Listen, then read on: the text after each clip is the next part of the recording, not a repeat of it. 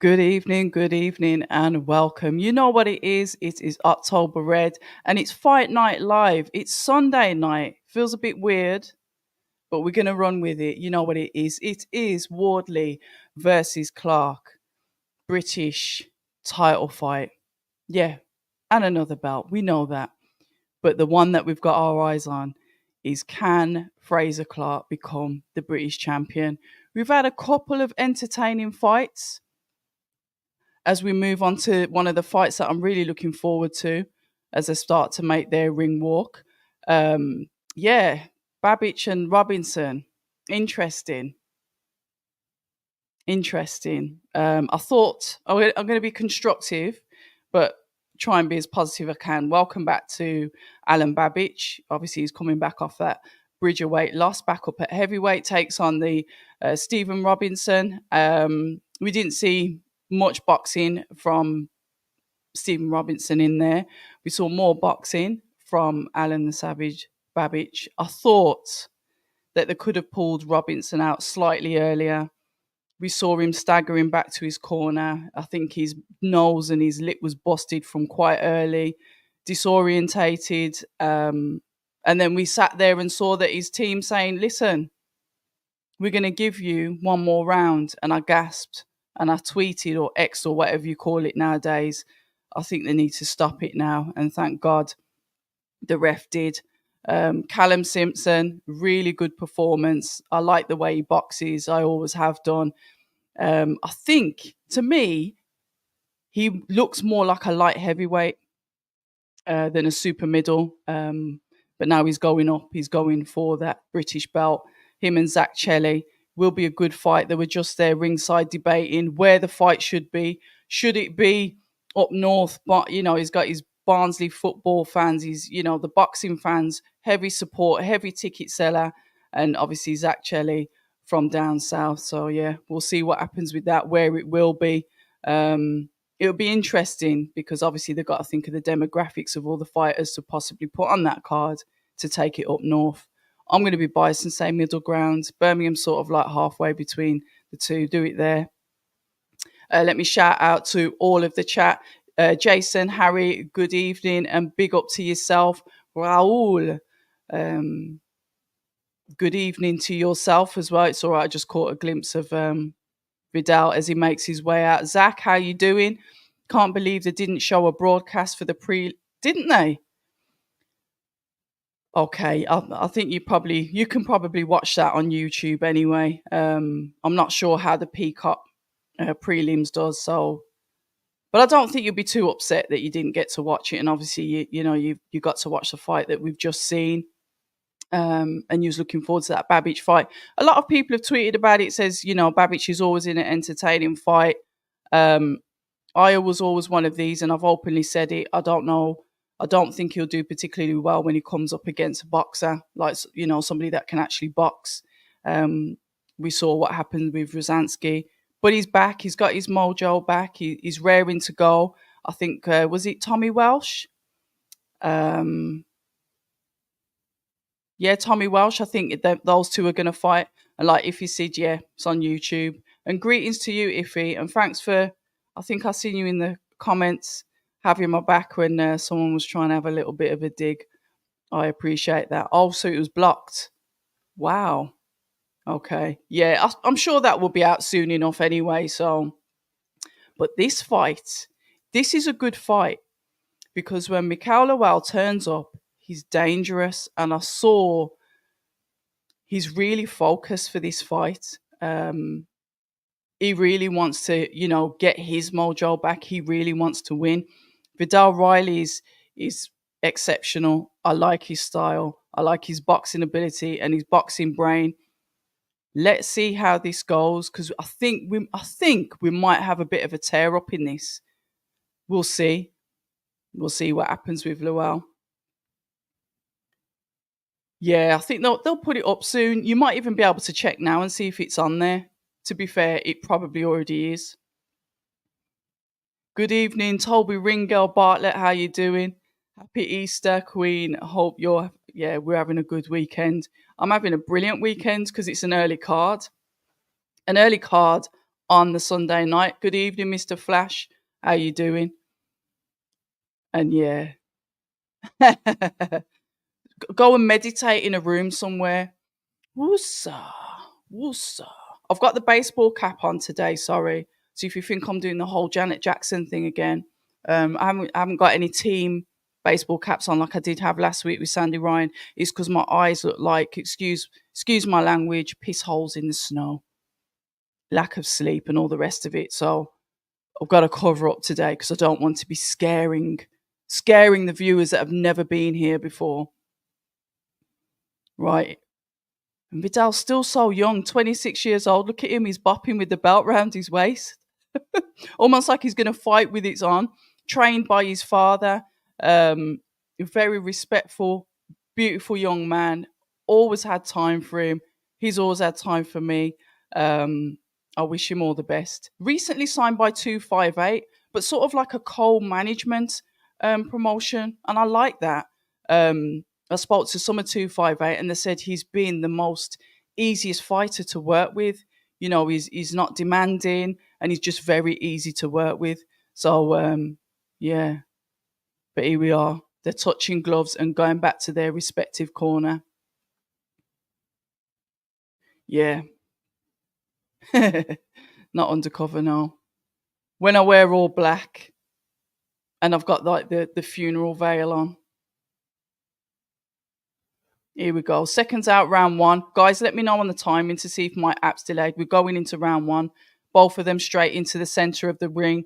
We're seeing some parry. The parry hand is held up from Vidal. Head movement as Lewal just feels out that jab hand and, you know, tries to mark that range. Vidal goes in with a jab and moves to the right.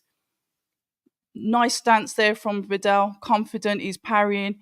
You can see he's probably parrying not necessarily for the jabs, but maybe to go in with the backhand, but saying that he goes in with the triple jab. Just a tap. No real purpose for that jab yet. Just that range finder as we get in the first round as Lewal jabs Vidal to the body. Once again, Vidal goes for that jab and Lewal just literally throws that uppercut trying to get to Vidal early. And this is what we have to be careful with Lethal. He wants to throw those powerful shots to get his opponent out there. But if you can read the boxing, you'll see them coming. He overloads. He presents too much. But nice from both. Feeling each other out. Some nice feints coming in there from Lethal. A 1-2 coming in. I need to do the surnames, don't I? It's not Lethal, it's Lewal. A nice guy as well. Very focused. I think I know somebody that's trained him. And woo, the buffering sign comes on already. So I might be slightly delayed as mine. I've got 1 minute, 30 seconds left in round number one. Nothing much really from both fighters. They're just feeling each other out. Downloading that information. Both men in the clinch. Ref shouts to break. Both of them are quite bouncy on their feet, actually, as well. Vidal throws out that jab. Lethal throws one back, skims the face. Vidal comes back in with a 1-2. Got 1 minute left of round number one. You can see, you know, Lewal's trying to go for those heavy shots, the way he's presenting himself, but a better stance, you know, looks more composed than he did when he went in to fight Isaac Chamberlain.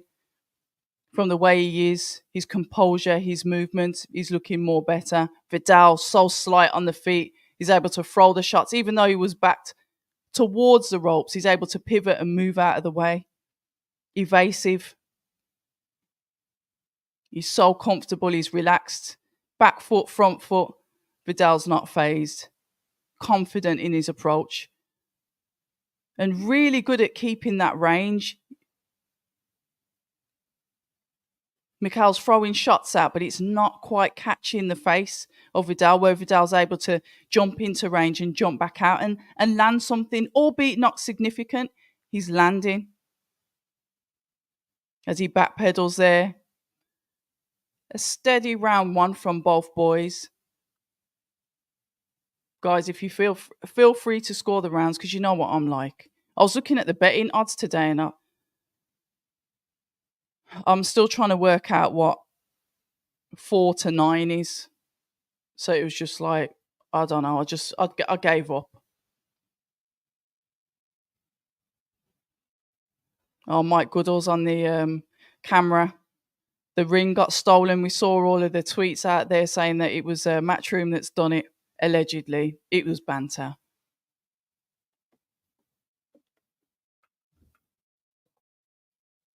I wonder why people do that. You man are done for. Good evening. Thank you for making me laugh my little socks off last week when you called in on Monday Night Smoke, courtesy of the Undefeated podcast. I've missed you, done for. Loads. Right, here we go. Lewell straight to the centre of the ring. Once again, Vidal's on the back foot but comfortable. You can see Lewell's trying to walk him down, put that pressure on him. Vidal unfazed, takes his step back into the centre of the ring himself, feinting, back foot walking, pedaling, but comfortable. Once again, Vidal gets into range and Mikhail just goes to throw that lethal heavy shot, but Vidal can read it as he jabs to the body of Vidal, and Vidal flicks out the double jab onto Lewell. Double jab once again coming in from Vidal. Nice head movement though. It's a completely different fighter that has fought Isaac Chamberlain. Completely different fighter. And even the commentary saying the exact same thing. So yeah, careful. Vidal there went to go in throw in a 1-2 and Lewell comes back with a counter. So they're getting closer now. Let's see what happens as they start to get closer, as they start to get comfortable with range. A jab thrown out there by Lewell. It lands. 1-2 there. Right, okay. Riley comes in with a 1-2. Lewell looks to throw the heavy counter. Double jab coming in there. Comfortable double jab coming in from Riley. People really do, and that's what kind of irritates me as well, because Vidal is a really good boxer, but because of obviously his rise to fame, as it were, we're doing the YouTube. Sometimes I think people just think, oh, YouTube, but look at him. Look at his ring generalship. Look at his IQ. Look how he's able to feint. Look how he's able to relax. Yeah, maybe he could keep that chin tucked in a little bit more, just a little bit more, but he's got really good IQ.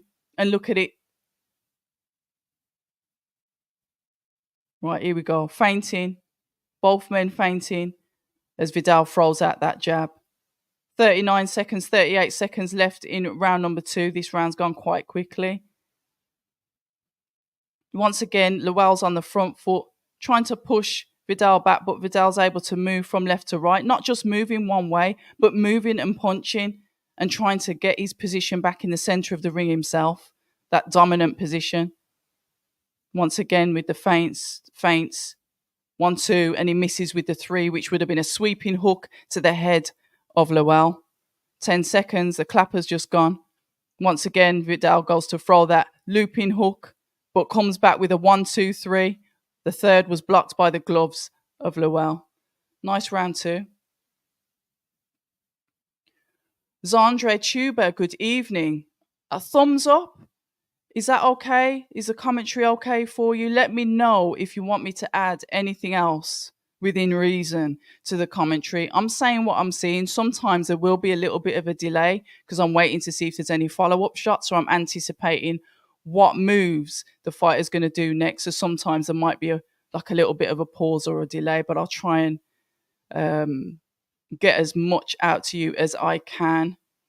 Lewell better preserve his energy. Yeah, he throws, doesn't he? He loads up on the shots, and because he wants to knock you out. Isaac must have done judge on Lewell because he's not the same fighter. Now, sometimes, when you go away and you just look at yourself and you think, I've got to come back better. But I noticed that all through the week. Guys, please feel free to put how you score in this fight in the chat. Round number 3. This might go to the distance. This could be points. Let's see. Right, both guys seem to be battling for the centre of the ring.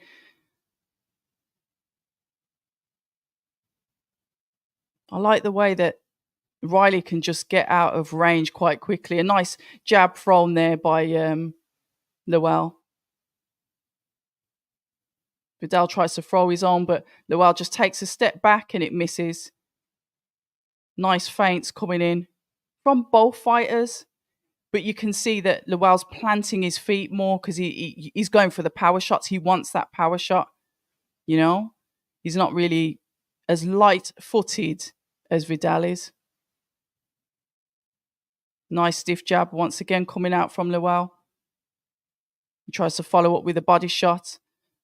And Riley's able to take a step back, moving from left to right, just looking at the target, looking at where I can hit, finding the angles, trying to suss out the rhythm of Lowell so we can see where the openings are. There we go. He throws out that double jab to the head of Lowell. On the back foot, as Lowell just calmly, 1-2, takes the steps forward. Not that light-footed on his feet. No more bouncing. He's literally just, okay, I'm going to cut the ring off. Vidal throws a 1-2-3. Needs some more meaning in these shots now. I know we're only round number 3. I understand this is going 10 rounds. It's a title fight. But I'd like to see him probably just plant his feet just a little bit and just see how Lowell takes his power. As you can see, Lowell's slower on the feet, but throwing out more meaningful shots. You can see when he sits down, he wants to hurt you. 1-2 there coming in from Riley. Keep going to call him Vidal. Riley. 1-2 there once again from Riley as he keeps on moving left to right, left to right. You know, he's not keeping still. He's a moving target. Timing is how you're going to get to him as he throws out the jab and steps back. So there's no counter able to come back in from Lowell.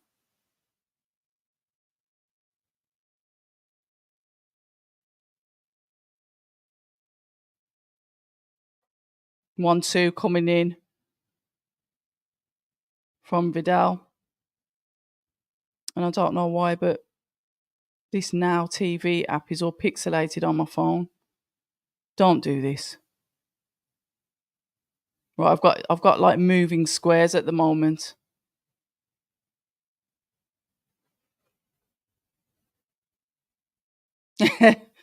Ben Whitaker's walked in and with his best mate Carlton. I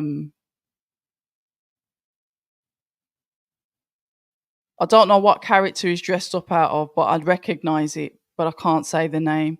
But I know that he's full of energy and he's an absolute awesome guy. I love all of those out of Team Whitaker. A real good, solid lot. Let's have a look in the chat. Yeah, Vidal's winning all the rounds. Good evening to you, James, Mr. T. Good evening. Stay blessed and be real. Good evening, people. I like that username. Be real is such an oddity in today's times, isn't it? Almost doesn't happen. Evening October Red and chat room. This guy fighting now is from Shepherd's Bush. I was born in Shepherd's Bush. I hope he gets the upset. At least you're honest, Matty. Hope you're well. Right, let's have a look. Once again, Lowell straight into the centre of the ring. Here we go. He gets Vidal on the ropes and loads off a couple of combinations. Vidal's able to move back. Let's have a look at his breathing. One sec.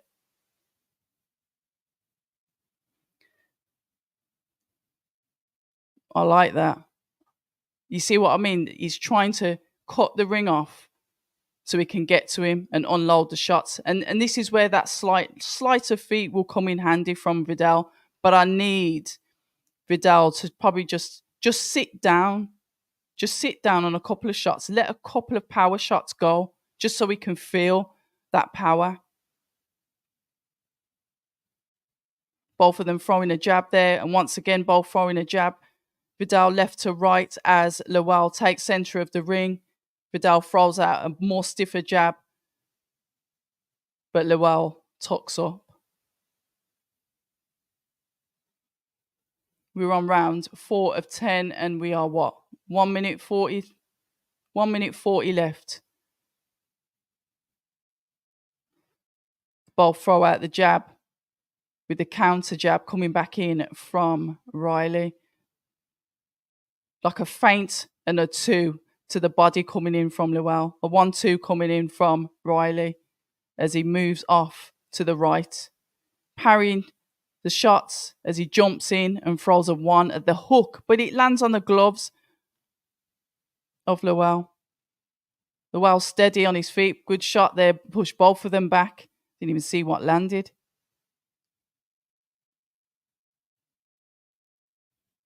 1-2. 1-2-3 coming in from Vidal. But he's sitting there. He's holding the punches. I knew this was going to happen. As he dips and throws that, kind of like that long hook to the head of Lel, but he's not phased. He's still coming forward. You can almost feel like his confidence, the confidence of Lel is growing. He's happy to get inside to try and take the shots to throw some more. But we had a nice combination come out there from Lel, but there were no answers from Lel. Vidal there just jumping into a jab, moving. 1-2. Once again, a 1-2. Goes to land that. And Lel's out of the way as Lel starts to answer with his own. Let's have a look. Let's have a look at his breathing.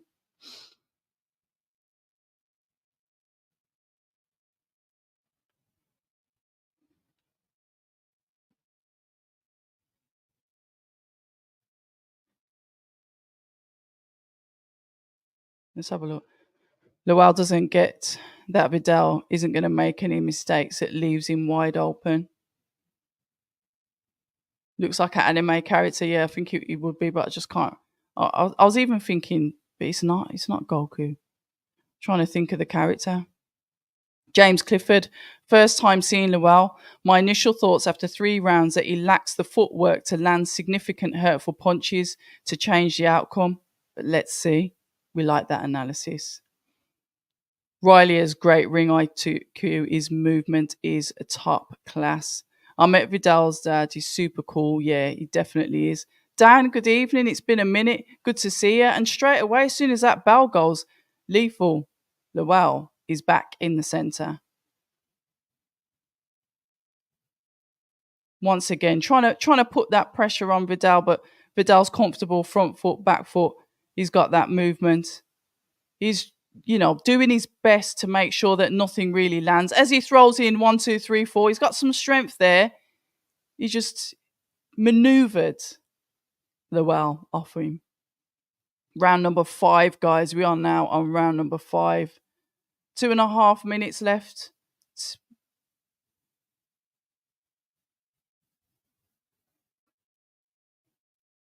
When you talk about that, the boxing, I'd say that, Riley is showing that, boxing skill. But Vidal is there not Vidal. Lel is confident as he just tries to walk down Vidal.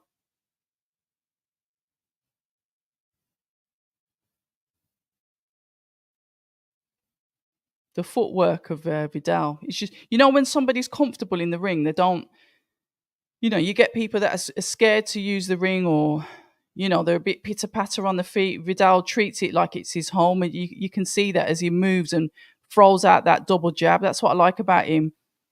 They trying to execute a 1-2, but Lel just ducks under so he doesn't get to land the 2. People have often said, can they keep up that movement? Can they keep up that constant movement around the ring? And we've seen it time and time again where fighters have. Round number 5, he's showing no signs of slowing down as of yet. His pace is still as it was. But Lel is just continuously on the hunt. He needs to be careful, Lel, about crossing those feet and possibly squaring up as well.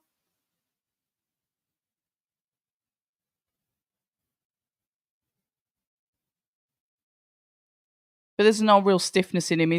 He's confident. He's able to walk properly. Vidal once again throwing out that double jab on the back foot. It's almost like he bounces on those legs to like loosen them up to make sure that they don't stiff up. Lovely double jab. He's landing at will here. The double jab that's coming out from Vidal throws a single jab. Lewel tries to answer, but Riley ducks under. 1-2 from Vidal there. 1-2 once again. Lewel starting to speed up now, trying to counter, but his timing's off. 1-2 once again coming in from Vidal. He's just so fluid. He's just fluid in there. You know when they say like water, he's just fluid.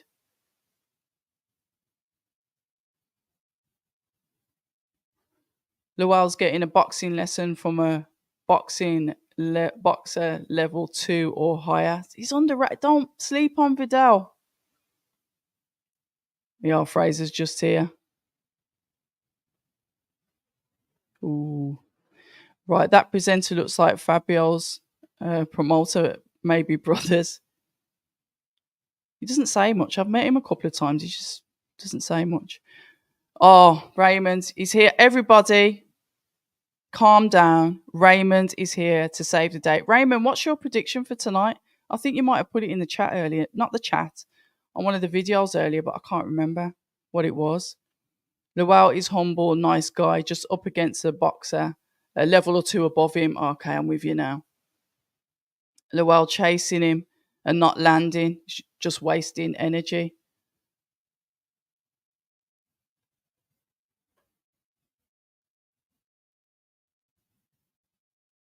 Let's have a look at this chat while this round goes on. Fabio looks like he's already at the arena. Both of them are. Philip, and good evening to you. Hopefully we don't get another, I was at the arena early and I'm sleepy. That was wild. I do not know what the hell was going on there, Philip. I mean, it just, listen, look, I don't know. Everyone takes losses different. Oh, Lewel's there pushing him back on the ropes then, but he manages to get out of it. Let's have a look. I like to look at the breathing and the legs of the fighter just to see. Yeah, Lewel's there trying to throw an onslaught. Both men in the clinch.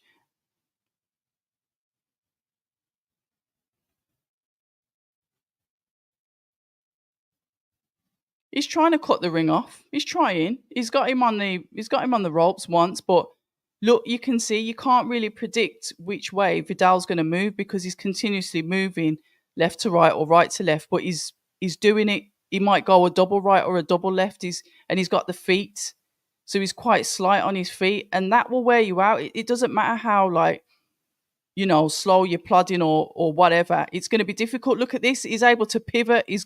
So now Lewel's on the ropes. I don't know if he's trying to play possum to get him to come in there, but as he edges forward, really good. The really, really good ring generalship. Riley was on the back foot on the ropes and he managed to spin out and turn it on Lewel. Stop sleeping on this fighter. 1-2 coming in from Vidal. Jab to the body coming in from Riley, sorry. You know what it is? It's Lewel, Vidal. 1, 2, 3, 4 coming in from Riley. The jab coming back in from Lewel. Once again, we've got that movement, that 1, 2, 3 coming in from Riley again as we get a counter from Lewel. See how he throws that up like that parry, like it's not like the cross arm bar, but nice.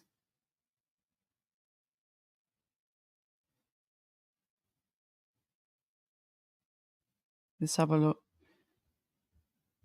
He's comfortable, so comfortable in there. None of them seem out of their depth. A 1-2 there landed from Lewel to the body of Riley. As Riley comes back with his own and Lewel counters. Lewel smiles. Both men walk back to the corner.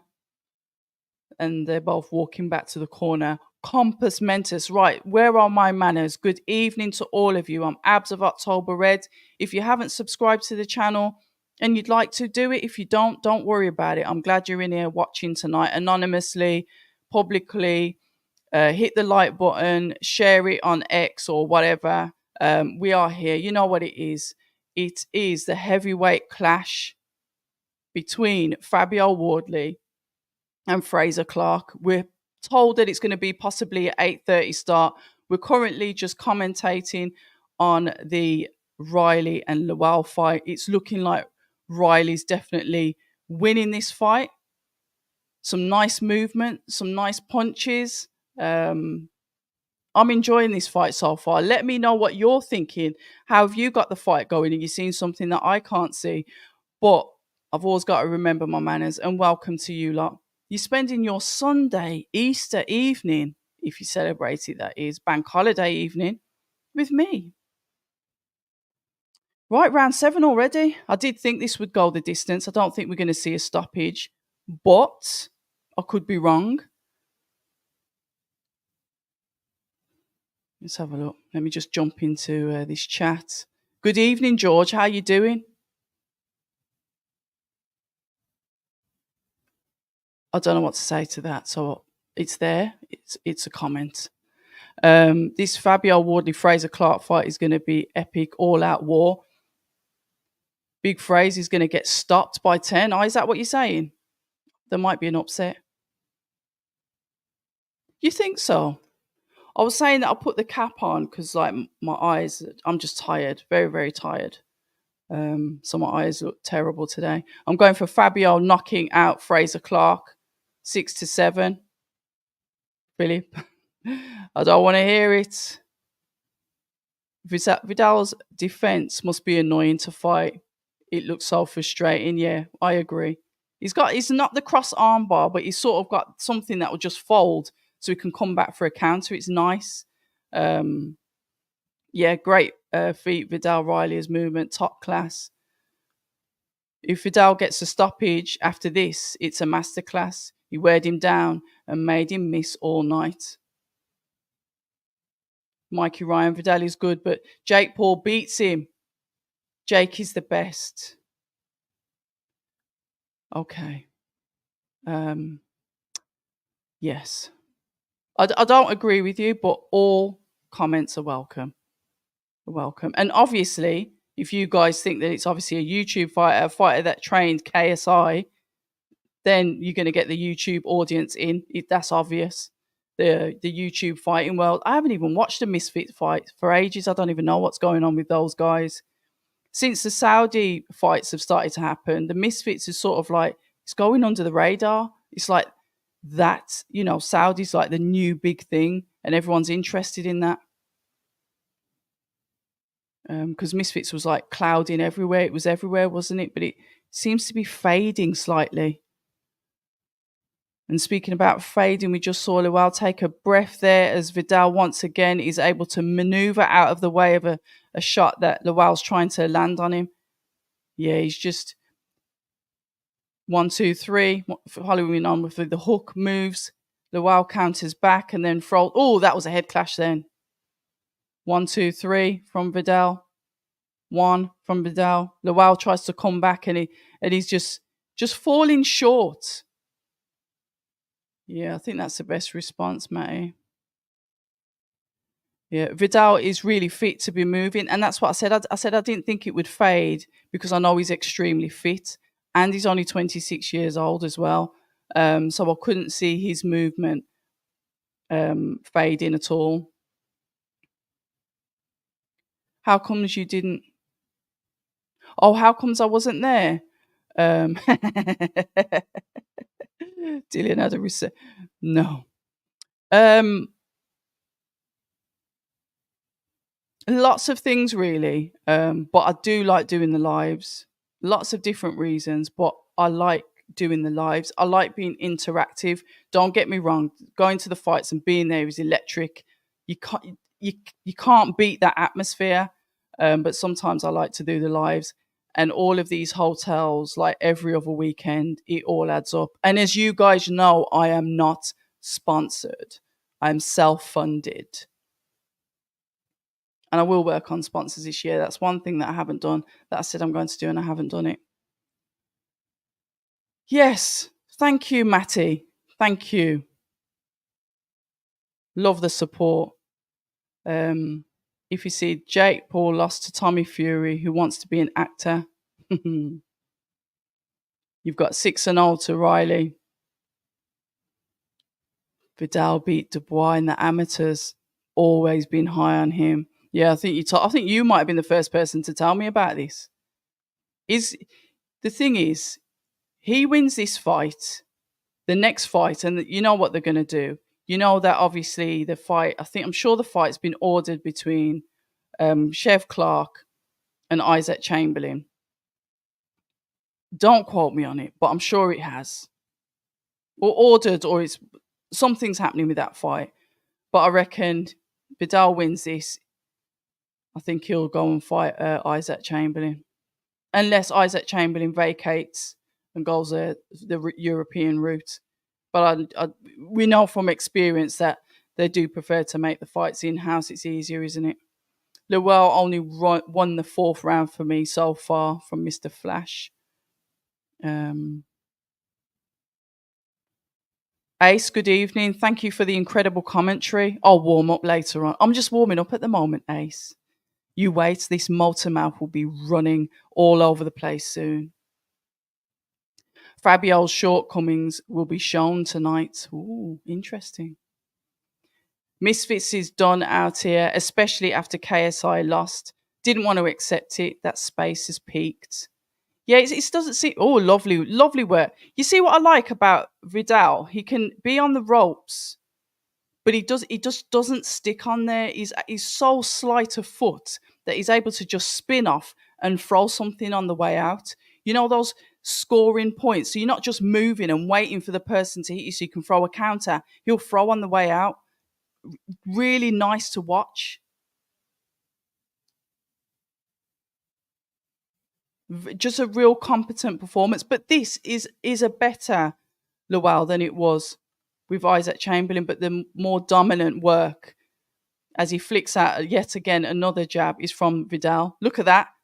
Body shot head targeted as Lowell tries to go for the head. Both of them come close. Couple of shots thrown inside as they separate. Look at Vidal just moving, just out the way, just slips that jab that was coming in from Lowell as Vidal throws a shot that looks like it wobbled Lowell then as the round closes. Oh, good evening, AP. How you doing? Glad you're doing a watch along. Was listening to Talksport and Spencer. You know what? One day I hope I do get to meet you, you know, AP, because you make me laugh. I mean, a lot of people make me laugh, but you're quite funny. I think our sense of humour might be something to do with the generation that we're from. Maybe, who knows? Elite amateur boxing counts for something. That will be evident later. Raymond's coming in with those sharp digs, almost as sharp as the jabs that we're going to predict that are going to come flying in from both heavyweights later. That is what those sharp, stiff, almost those stinging jabs that can just cut your face open. Both men have suffered cuts. Who's going to get cut first? Oh, I can't wait for that fight. I'm happy that there's only a few fights on this card, to be fair. Right, here we go. Round number 9, guys. We've only got 2 rounds left. 6 minutes of fighting left.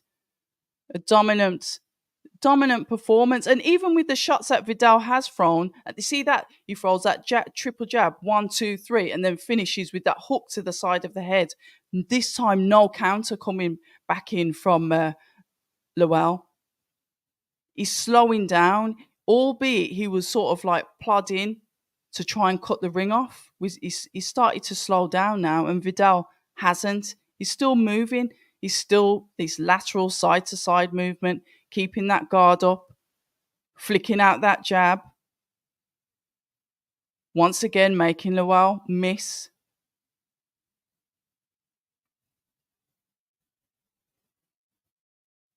Right, the commentary is saying that from the corner. I was gassing to you lot, so I didn't hear it. Riley's corner is saying, look, is going to start to come for you now. We've got the 2 rounds left. He's going to try and go for the knockout. But because sometimes the way that Lowell fights, you might see those big shots that he's going to try and throw. You'll see him coming. Look at that. 1-2. Hook going to the head. Uppercut coming in from... All these shots are coming into Lowell from Riley. Throws out the jab. Lowell just covering up with the gloves. Throwing the backhand. His jab is non-existent now. I need to throw that jab out. Let's see that jab working. No, he's relying on it. He's feinting the jab to go for the backhand. And this is Lowell trying to catch Riley with that backhand, going for that knockout. As Riley just boxes. He's just boxing.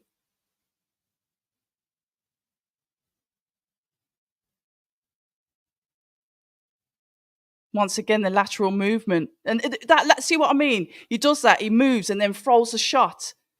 Oh, his work. He moved lateral, side to side, and then threw in the backhand to finish. That shoulder to feint with the right backhand.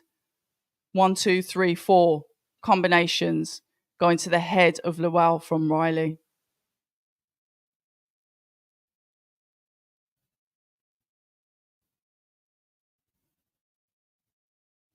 Right, I'm listening to the commentary and they're saying what I was saying. Just sit down, try and sit down on the shots, just so we can get some power, because we know that he's got the power. We know he's able to knock somebody out. There we go. And as he sits down and throws a combination, but Lowell comes back with his own, the bell goes.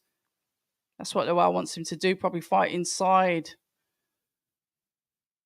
You're doing really well, Abs. Your hard work will be rewarded. Yes, I shall find my place in heaven. Now, I'm cool here with you guys. This is a reward for me. I'm sitting in my home, talking to myself on the internet with people that are talking back to me. Heaven. Yeah, heaven. Oh. I'll sponsor you, Red. My movie's actually coming out this year. Seriously, we'll partner with you for the promotion. Is that ice doesn't melt in the fridge? Which one is it? Which film is it? The films that you've been creating for years. Vidal seems to be tired. You reckon? Let's have a look. Yeah, but the movement that he's doing, it's expected. This is the last round now. He will dig deep. He will be fine. A mild respect there for the touch gloves. Vidal reaching out that hand of friendship, and Lowell's just like, yeah, let's just get on with it. Look at his feet. Look, I want you guys to look at the feet of Lowell compared to the feet of Vidal. Just watch the feet here. Yeah, we're getting the punches coming in. We're seeing the combinations coming in. We're seeing the punch and move, 1, 2, 3, from Riley as he moves to the left, to the right, back foot. But look at the feet.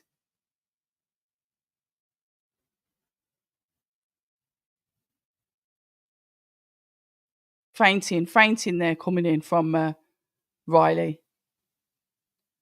1, 2 coming in from Riley as Lowell tries to do his own feints to come in. He tries to throw a 1, 2. It's like he's lost his range, even though the 2 got the shoulder there of Riley as he moves once again to the right from position himself at the left, ready with the parry hands, walking confidently on the back foot, flicking out the double jab, going backwards, jab once again on the back foot. We've got 1 minute 45 seconds left. We're in round number 10 of 10 as we get Lowell launch into him.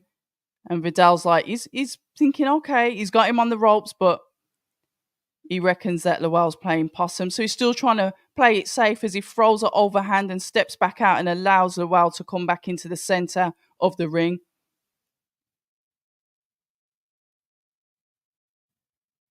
We've got 1 minute 17 seconds left. You hear the corner shouting, let's go. I don't know which corner that's coming from. 1, 2. Sort of like double hook coming in from Riley to Lowell. We've got that 1 minute marker now, guys. Left, right, 1-2 from Riley. Both of them throwing out the jab. Both of the jabs land. So what we're looking at here, we've seen, Riley get the knockouts. We've seen him get the stoppages. We've seen him throw heavy punches. And now all we've seen here is just good boxing. Look at that double jab cross. 1, 2, 3, 4. Finishing with the hook. Jab. And this is all the work coming out from Vidal as well. Throws out single jab. Still trying to catch him clean, but just not quite doing it. Jab. Flicking out the jab. Left to right. 10 seconds. 1, 2 coming in from Vidal. Even anything can happen in these last 10 seconds. Overhand coming in from Vidal. Jab coming in from Vidal. Fight's over. Yeah. Eloise, good evening. Good evening to you. Big respect to you. Love your commentary. And I love having you guys on here as well. Appreciate you guys a lot. Every single one of you. People making big things about Fraser Clarke, bronze in amateurs, great achievement, but they forget to tell you he's lost 24 fights in amateurs. A lot of amateurs lose fights though, and I think that's one thing I do like about the amateurs. They'll win and lose fights, and it's not necessarily such a big deal as it is in the professional game.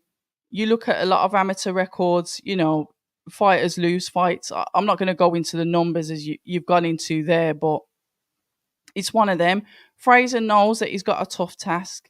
He has trained hard. Fabio is the one with that professional experience. We've seen Fabio, bloody nose. He always can pull himself back in a fight. This is going to end up being something of will. It's going to be grit, heart and will, and who wants it most, because unlike the fight with Fabio and Adelaide just gone, there's no real egos in this. Yes, I get it. Of course they want to win. Of course they think they're better than each other, but they both know what they've got to do. And I think that's what makes it more intriguing for a British title fight.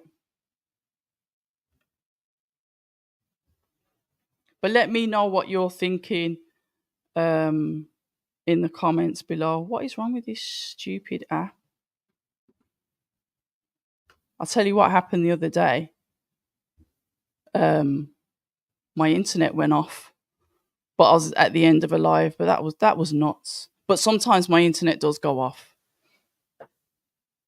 Bloody crap. Let's have a look. Shug discovered this channel and interviews very nice, and you're easy on the eyes as well. It's because they're covered. If I was to show you my eyes, Shug, you'd unsubscribe. You wouldn't look at anything. But thank you. Welcome as well. Don't have it. He's been making this movie since 2020. It's been a great weekend of boxing. Yeah, thus far. Very happy with the cards. I've got to go back and watch the Gulamarian is it Zerdo? Oh, I can't remember now. I've got to go back and watch that because I knew that belt could be taken off Gulamarian, because that was also a fight that Richard Riatpour was supposed to have, and that never came into fruition either. So I'm looking at that, and it's like another belt that could have been on British soil, and you just watch that in the US. I think it was Golden Boy that did it. I've got to go back and watch that. But yeah, crazy. Yes, we're from a generation that actually had us. Yeah, we did, didn't we? We did. I don't know if you do this, AP, but if you have a look on TikTok, there's some comedy from our point in time, one for a better word. And I think it's people from this generation that have said, literally, how did they get away with that? I know you'll know what the shows are. I don't need to repeat them, but yeah. There's some stuff appearing from back in the day on TikTok, some old vintage stuff. You reckon he should have had a warm-up fight? Matty, he's got schooled. He's getting schooled. I guess the well was definitely all talk when he said he was going to break Vidal's jaw. Well, he probably had that intention. Yeah, it's my Adidas. All of this is Adidas. No, I'm not sponsored by Adidas, but I do love this stuff. But guys, I think I'm jumping ship. But you know what? I might not be jumping ship. I've got a bit of a dilemma. Lewis Hamilton is leaving Mercedes and he's going to Ferrari. And Ferrari Red, obviously October Red, they do Puma. Puma, as you know, it was Adolf Dassler and Rudolf Dassler separated. Rudolf Puma, Adolf went to Adidas. So I'm thinking, yeah, I could dip off because then I can, do the F1 stuff as well because I'm interested in F1 and I'm wearing the Ferrari Red. But then Adidas, for some reason, have decided that now they're gonna be possibly working on sponsorship with Mercedes, and I'm like, oh, don't do this. So now I'm in a catch-22. But yeah, I'm wearing Adidas. It's all Adidas Ivy Park. I don't even think you can buy these things anymore because I don't think Beyonce's working with Adidas anymore. Yeah, this is all from tonight, Daz. This is commentary for the fight that's Peacock America. I'm not in America. Sky Sports in the UK.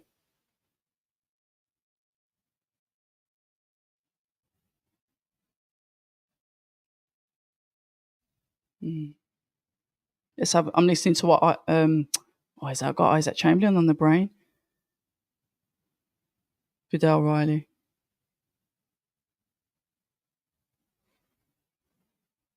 Picking and poking. He said that he does hit hard. Staying disciplined. That's what we've been working on. You're not going to knock everybody out, but you can win on a shutout. He's saying he's ready for 12.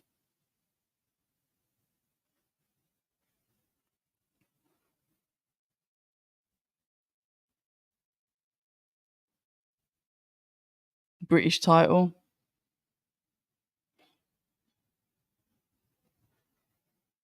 Here we go. Oh, Isaac's here. Look, guys, Isaac's turned up. Isaac Chamberlain, lovely guy as well.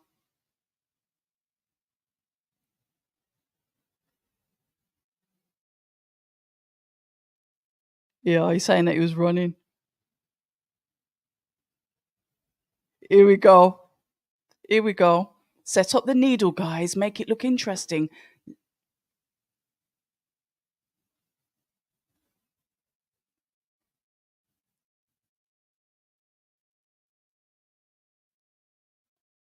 Right, these pair are arguing.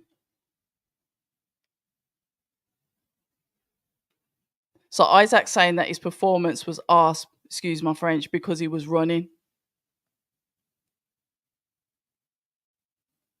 Don't start piping up with the blue shades. You don't have no heart. Your coach has to tell you to be brave. You've been calling me out since October. So now it's any time. Yeah, look. Look at Ben Shalom.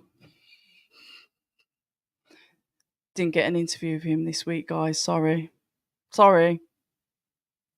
Oh, here we go. Bring who through? Oh, there was a little bit of a scuffle. Who's coming through? Oh, this is what you can't beat like a British title fight. Who's getting involved?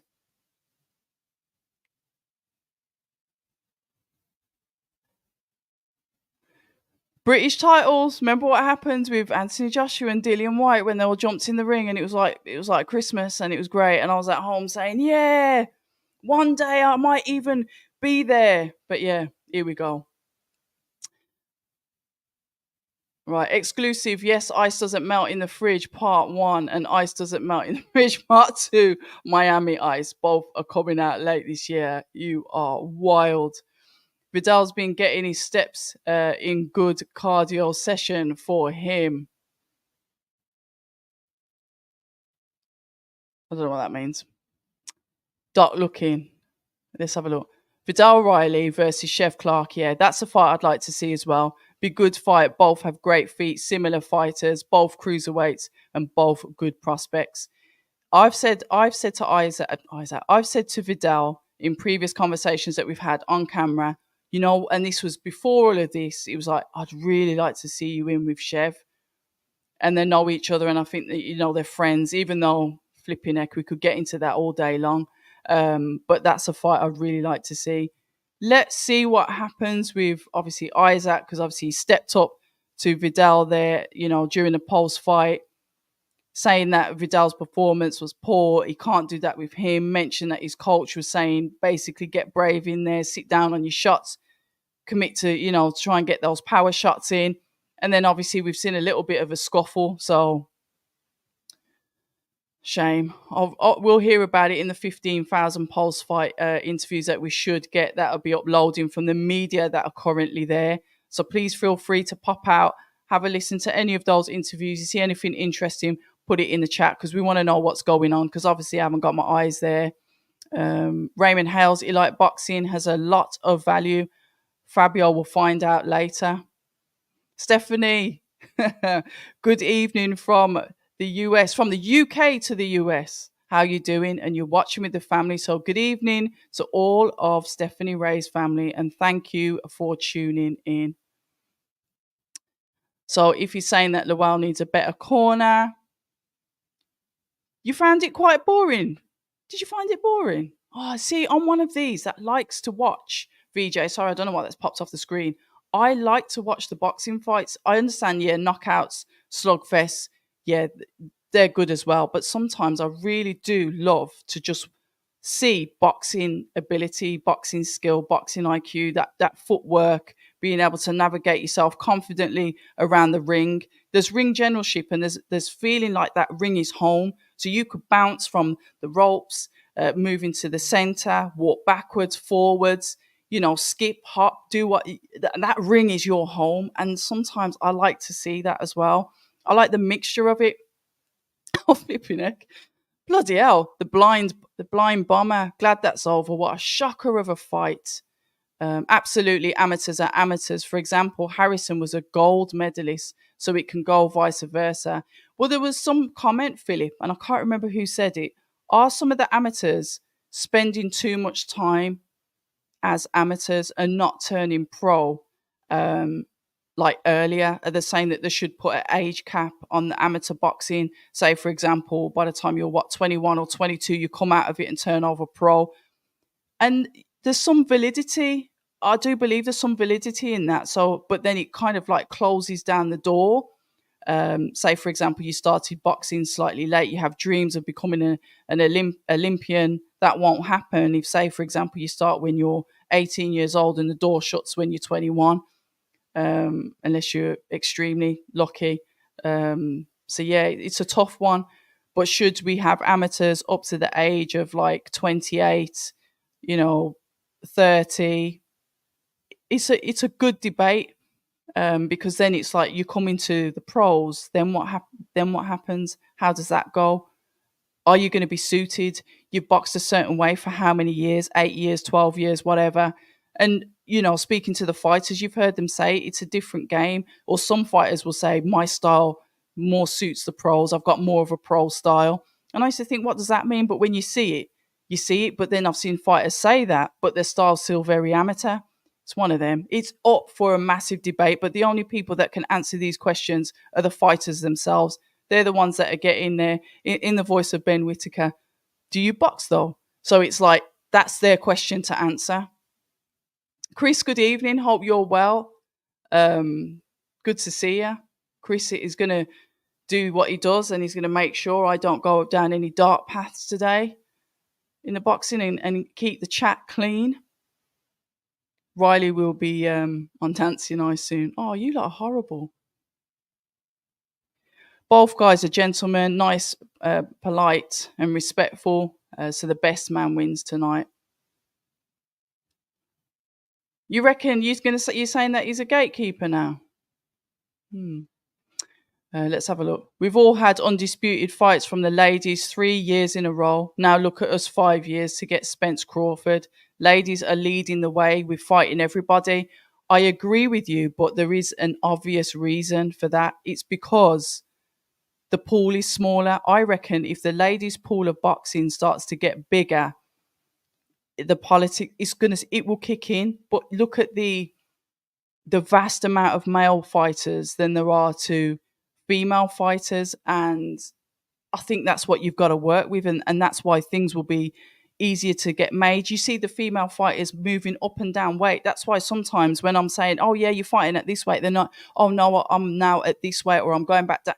And it's confusing because they fluctuate the weights. The women fluctuate through the weight. So there's more opportunities. There's for them to jump into another weight because they want a belt, because it's vacant, or because there's somebody in there that they think they can take it from. It's so fluid. It's easier in the women's division if you want to push yourself towards titles. But that's only because there's less of them at the moment. But it's starting to fill up.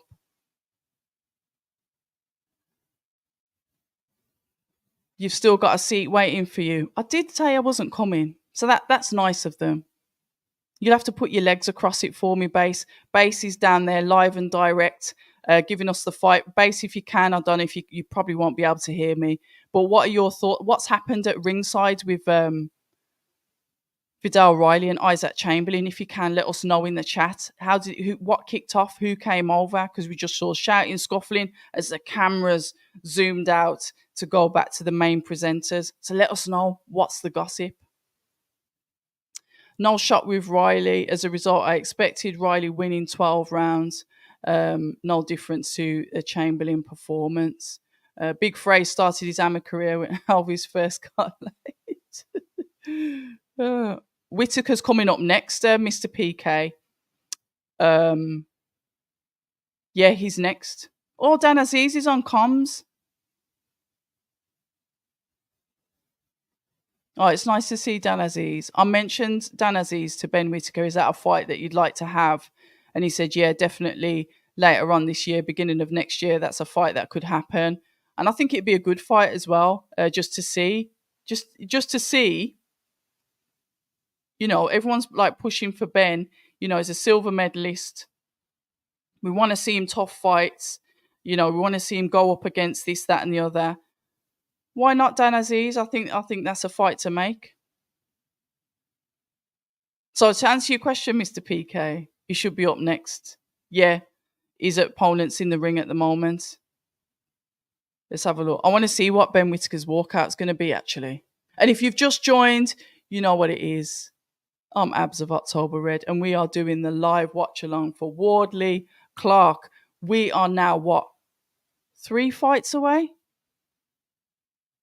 We've got Ben Whitaker.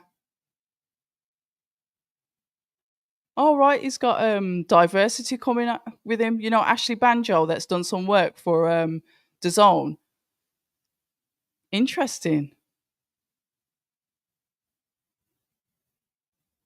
So he's got dancers coming out with him for this one. He loves his performances.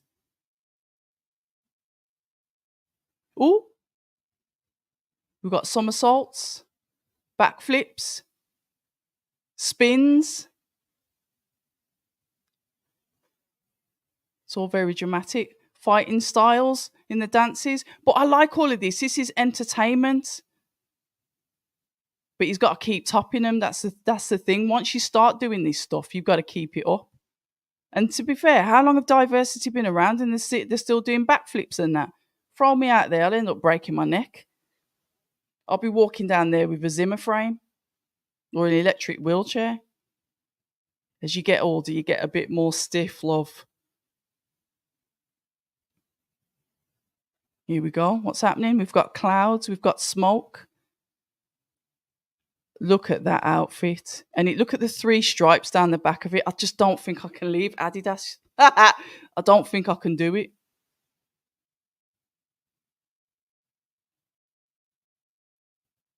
Headbands, flames, that coat, that robe.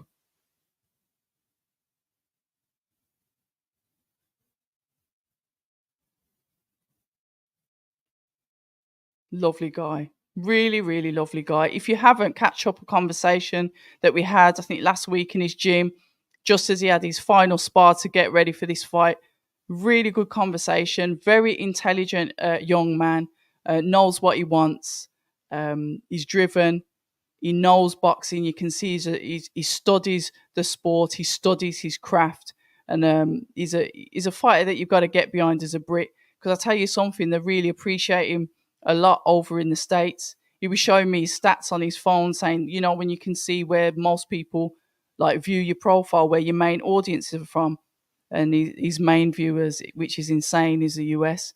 To shout out to anybody from the US, because you guys do tend to show the ones that maybe don't fit that, the British mold of what we want a boxer to be. You guys kind of like, yeah, we like that. It's different. We like different. So, yeah, shout out to you guys.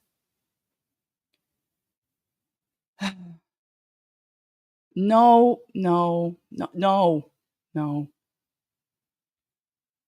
Let's have a look. Why is that with the mind games? So, Andre, I think Riley's been short for a cruiserweight. Will need to compensate with his movement and punching power. He's got punching power. That's what I'm saying. He did today. We just didn't really see him sit down and go for those those power shots that he's got. I don't think he can beat upper levels, but maybe I'm wrong. Let's see if he develops further. Adam, hello, October Red. How are you doing? I've got Wardley by stoppage between 6 and 10. But would love to see Big Fraser do it. And that seems to be a common theme. People are like, yeah, I want Fraser to win, but I just can't see him doing it. And this is I don't know. It's like people like Fraser, but then they believe in Fabio's, pedigree as a professional.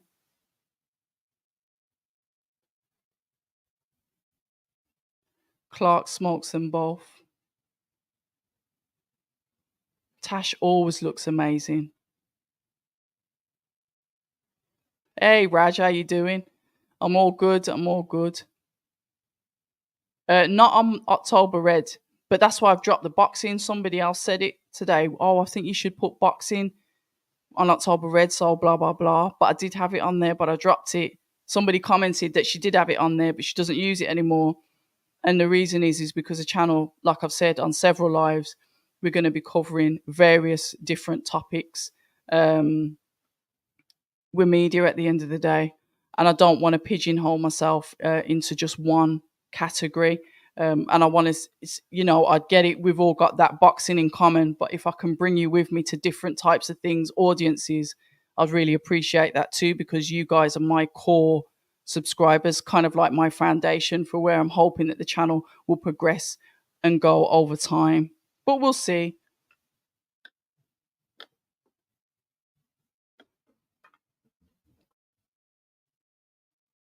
To wet the palate. It was slightly dry.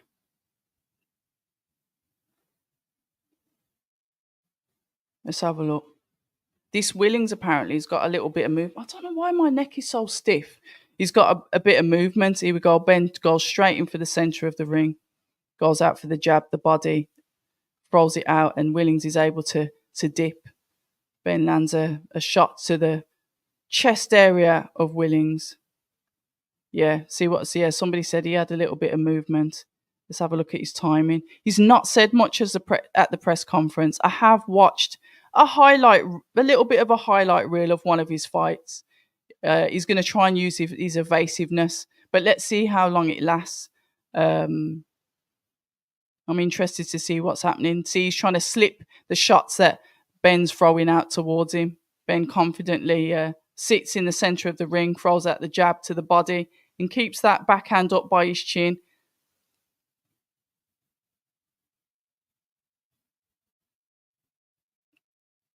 And as Dan Aziz said, this is a central area light heavyweight champion.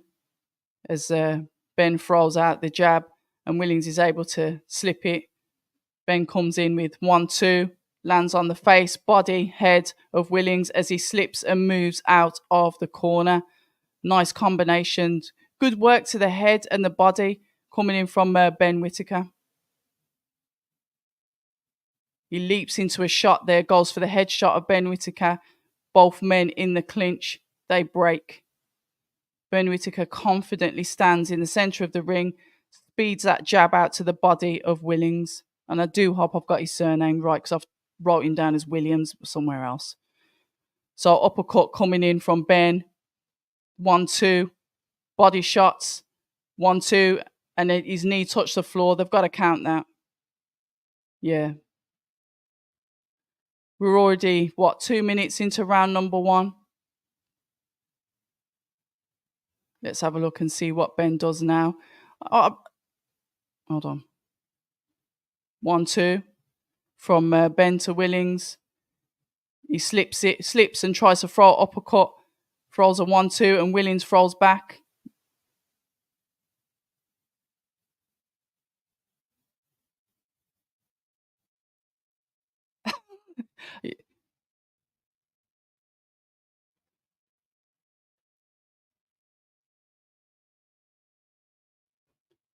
The commentary saying that they've seen him going quick. They've seen him going quite aggressive and quick to start off with. Mentioning the showboating again, Ben Whitaker will do what Ben Whitaker does. We really need to let go of that and just and look at the skill of the fighter as he finds a target. As Willings is on the rope. Oh yeah, look, okay. He's doing his showboating. The crowd's laughing. There he goes. He dances again. Tap, tap, tap. Body. Listen, I don't know why it gets so much hate. Anyway, whatever. I like it. Do not be on them ropes with him. Make sure you use your head movement. People say it's boring because it's a boxing performance and not a knockout. Good disciplined boxing performance there from Riley. Yeah, I do agree with it.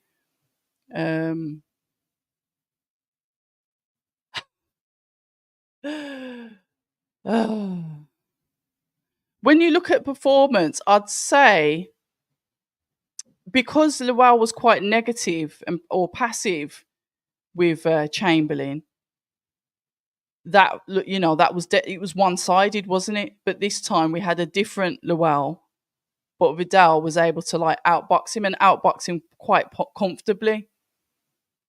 Guys, I'll get back to the chat in a minute. 1 second. Right, here we go. Round 2's just started. Jab head, jab body from Ben Whitaker. As Willings goes for the jab body himself, goes to throw the 1-2. Hits Ben with the 2 as Ben stands up and just says, yeah. Nice jab.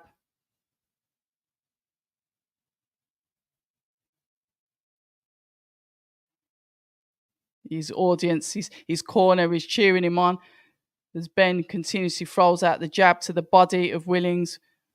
Willings keeps that guard up under his chin. The jab comes out from Whitaker. He throws a 1-2 miss but lands with the 3 on the body. The jab comes out from Willings there. Sharp jab. He's now doing his ducking and diving and throwing in the uppercuts. He's now doing a little bit of showboating back at Ben, which I know Ben will okay, challenge, okay. The thing is with Ben Whitaker, his mentality is I can always do better. And, if you try and punish me, I'm going to punish you just as hard. So let's see how this goes. 1, 2, 3.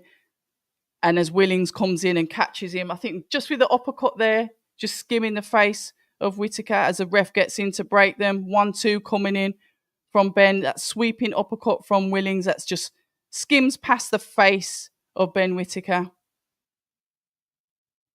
1-2 from Ben. 1-2. 1-2. 1. As he holds him in the clinch. Break.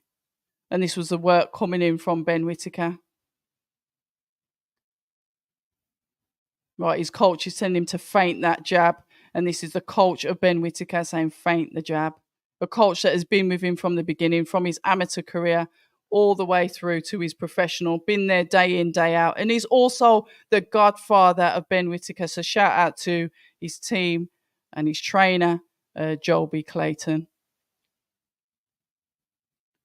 But you know what? I'm happy about this because this Willings is at least he's turned up to fight. He's not just come there to get paid. And this is what we like to see.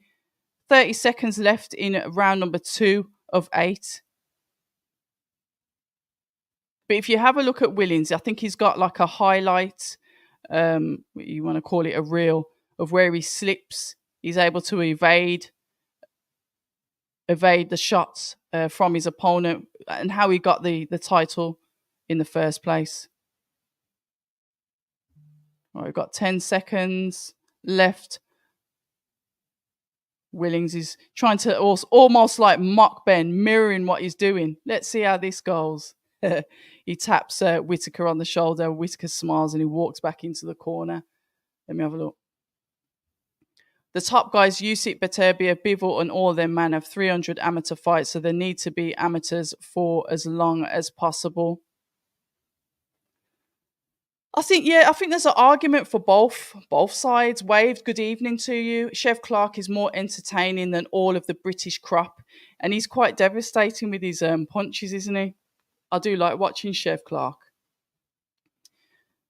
Who was the other boxer who tried to jump on the interview? Oh, Jan. I did have his name because I said it to Johnny Nelson.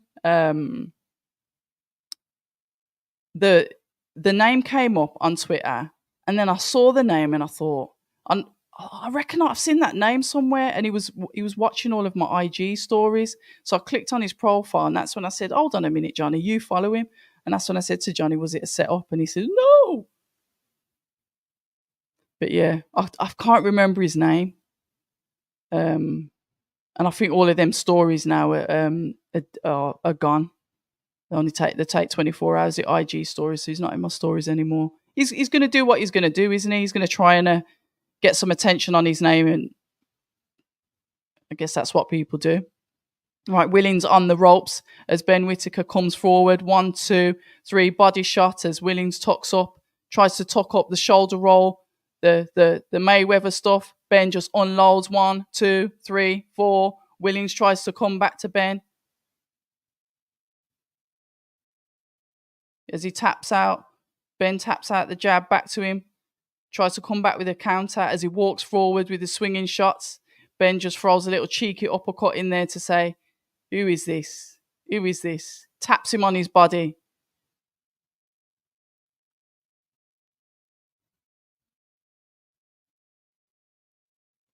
Ben Whitaker just tapping out the jab. Willings patiently waits there. He guards up.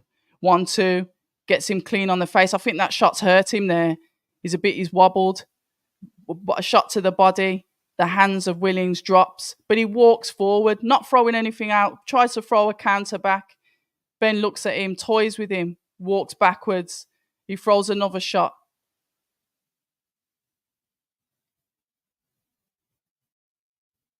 He throws a shot, leans into the shot to try and get Ben Whitaker in the head as both men go in the clinch. Willings is now on the ropes, which his corner has specifically said, you do not want to be on the ropes with that guy. So Ben looks at him, marks him up as Willings tries to jump into a screw shot. Oh, that was a nice jab and an uppercut that he landed, that Willings landed. Whitaker then throws 1, 2, 3, 4, looks at the corner, tells the corner to shut up. As he throws a shot, this geezer, 1, 2, uppercut, over, hand, right, body shots. He's tucking up. How much can he take? As he runs forward, the ref saying, pack it in. His coach is saying, back on your jab, come on, work. The 1, 2 comes in from Willings. He's got a cut on the right eye.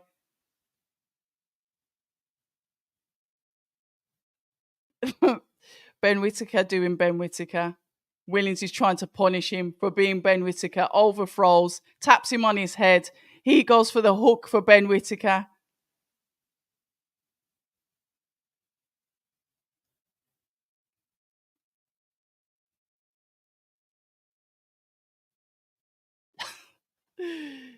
Yeah, he's doing what he's doing, isn't he? Right, nice to see him on comms. Johnny Nelson did put a word in for him to replace him. Who's on? Oh, yeah, Dan Aziz. Yeah, it is nice to see him back, to be fair. Can't see your eyes. You don't want to see him, mate. I've said it before. They look like piss holes in the snow, so no one isn't seeing them. I've been up crying all night. Ben Whitaker has a lot of promise and appears to have more natural talent and promise than Josh Kelly. Can't wait for this ring walk. Oh shit. Is that how far behind I am in the comments?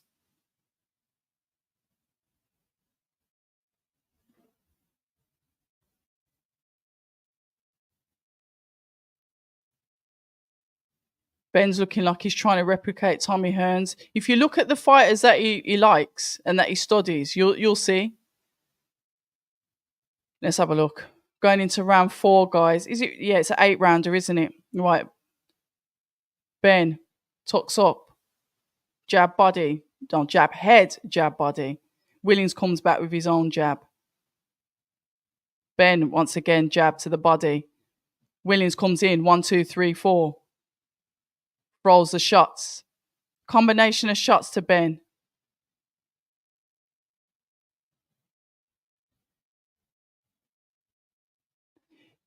You kind of hear the commentary sort of like, except for Dan Aziz, the commentary sort of like swaying to shout out the work that Williams is doing.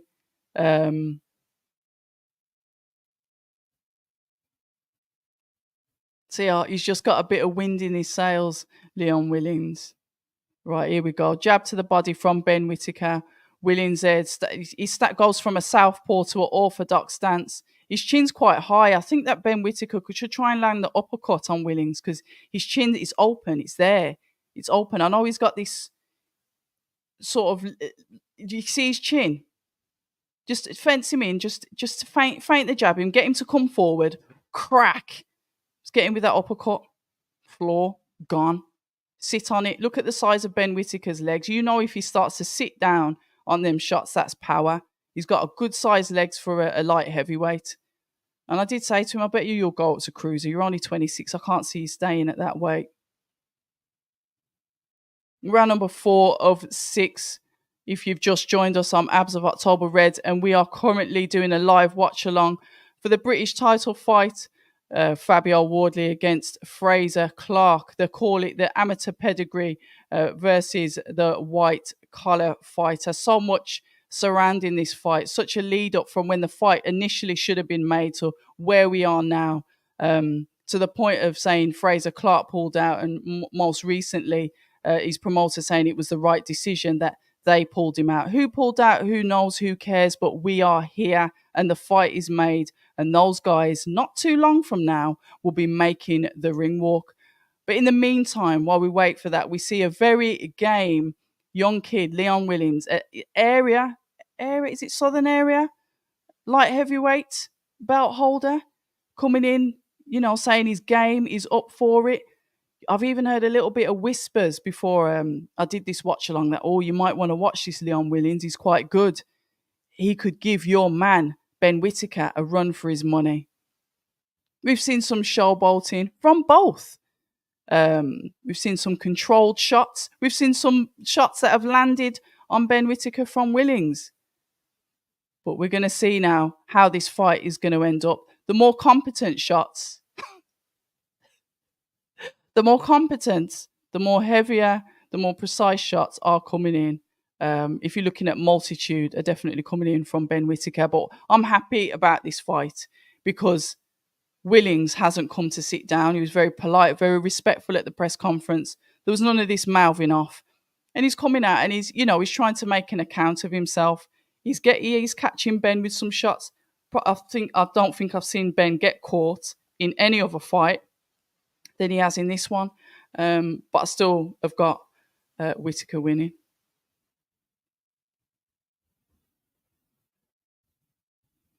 If he comes unstuck, then he can be slaughtered. So let's hope he goes through the levels without losing.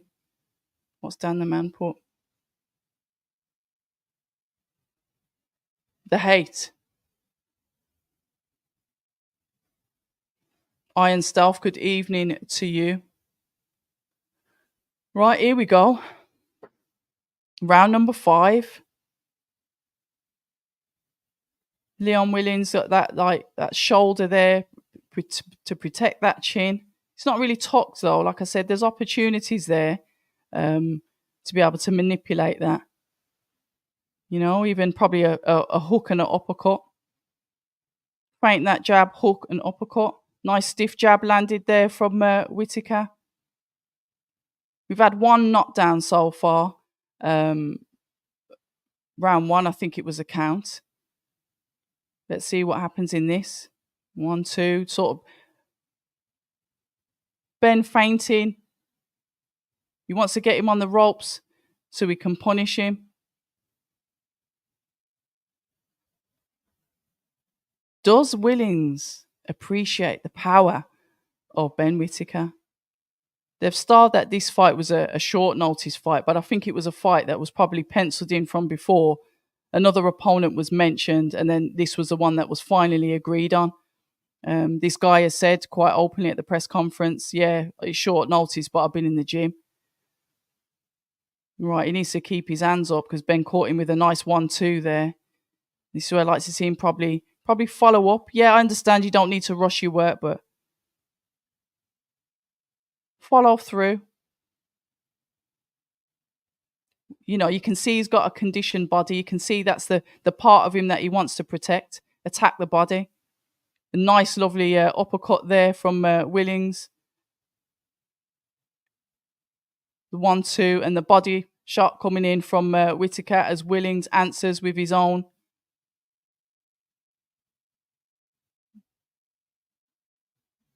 One, two coming in from Ben Whitaker. Pick your head up. Whitaker on the inside. Hooking. Willings answering with his own hooks, uppercuts. Ben flicking out the jab. 1-2 from Ben Whitaker. He starts to work the body as Willings is on the ropes. A couple of nice, lovely hooks from there from Willings to the head of Ben Whitaker. Unfazed though. He's got a chin as well, hasn't he? As he jumps into an uppercut. 1-2. Uppercut coming in from Whitaker. Oh! Flipping heck. He went back then. I thought, oh dear, this Willings has come to fight, boy. Come on, Ben, you got to sharpen up now. As he walks forward. That was a good round. Let's have a look. Ben is a new Nazim. Ben's natural reflexes are unfair. The Philly roll, lol. I love this. I can't wait to the headline. Mr. A, good evening. Lomachenko's got the best amateur record in boxing, only losing one of his 390 fights. If my memory is right, I think, yeah. I won't quote you on it, but I know I've heard something like that before. Herco, how you doing? Good evening. Fabio wins inside the distance, in brackets, I think. Willings has earned his pay today, yeah. I knew you could see he was just very, very composed at the press conference. And you usually find that sometimes, you know, those reserve fighters, sometimes you've got to keep an eye on them. Maybe in round 6. Is that for, you reckon that's when Fabio's going to win? Fabio Dubois would be nice. Maybe it will happen. Fabio Dubois. Yeah, well, Fabio can go on whatever side of the street he wants to go on. That's the privilege of kind of like being your own man. Right, round number 6. We've just had 20 seconds go of round number 6. Apologies, I wasn't listening to the corner. I was there rabbiting on myself and looking at the chat.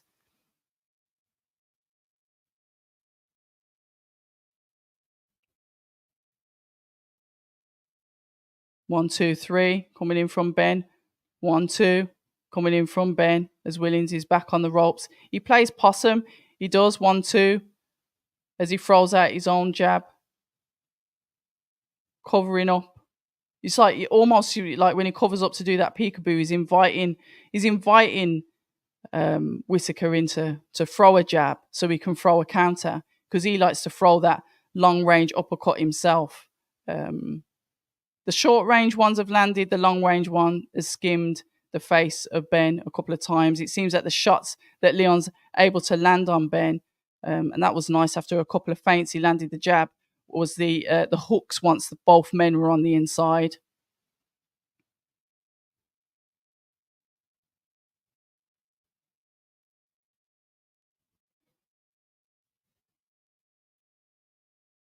Oh, wow. Now they're saying that they don't think Ben Whitaker's a massive puncher, that he's slick. Interesting. Oh.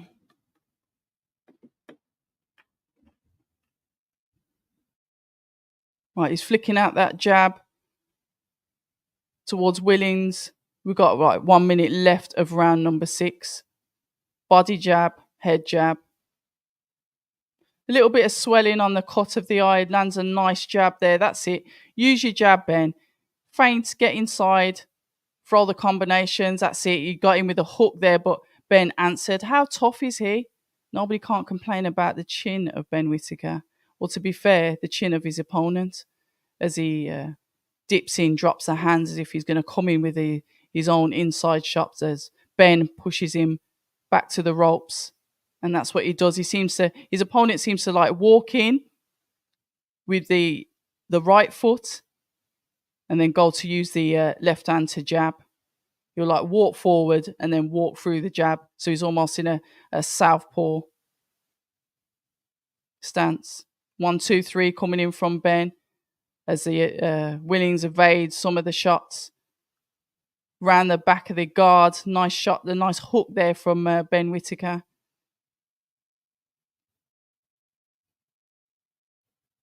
As Willings tidies his hair as he walks back into the corner. Fraser is good, but I don't think he'll last 12 rounds. I don't think the fight's going to go 12 rounds. I'll be surprised if it did. I mean, don't get me wrong, it can, but I don't know. How can you not like this guy? He's got movement and skill like you seldom see in a young boxer. Congo could win 50-50. Willings is gassed. Let's have a look. Ben Whitaker is a special talent. I really rate him boxing ability-wise, but Andy Clarke was right to confront him about his antics. If he does it against better opponents, then fair play. And I think Ben Whitaker was right to also push back on him as well, because it's fine. Everybody's got an opinion. But if you give an opinion, you must expect that your opinion will be questioned by the fighter in question. And I think that's where a lot of people have, kind of like kicked off about it. And it's almost like, yeah, we can say what we want about Ben Whitaker. We can, you've got to understand when you're listening to commentary, say, for example, me talking here now, if you've not got a TV, you're taking my word for it. And say, for example, I'm saying something negative about a fighter, or I'm constantly drilling in certain things about how a fighter is based on, maybe just my thoughts, my opinions, that starts to sit with you. So Ben was saying, look, you're creating this image of me that is feeding out into the public. So we questioned, why he said it. But then it's like he becomes a villain. How dare you, say that? And it's, well, I'm sticking up for myself. You may not like the way I said it, but I'm sticking up for myself. And you've got to be prepared. If you're going to give out the criticism, don't you remember when Frank Warren, who did he stick it on? Was it Adam Catterall? Nice combinations coming here as Willings is on the ropes tucking up. And he said, hold on a minute. Oi, you come here. And he stuck it on him. He says, what are you talking about? A warm lager or whatever it was. It's like, yeah, you can stay on there and say what you like, but I'm going to say it to your face. And this is what it is. Can you take that back?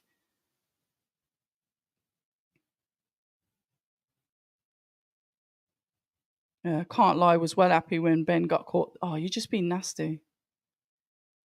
Amateur boxing counts for something. Some of us are being very casual about this fight.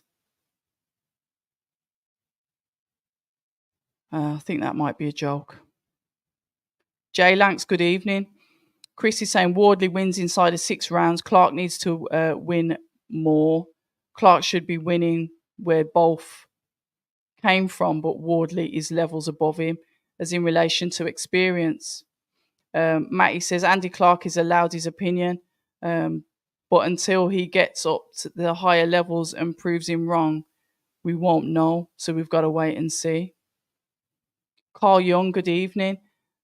Salute back to you as well. Leonard, thank you very much for the super chat. I appreciate it. Don't subscribe to Sky, only got the zone. Don't do illegal streams. decided to listen to your live commentary while I do some work. Happy Easter. And fair play to you for working on Easter. Both of these boys are going a bit toe to toe. You threw a hook and slipped and fell on the floor. Sorry, it's very unprofessional of me.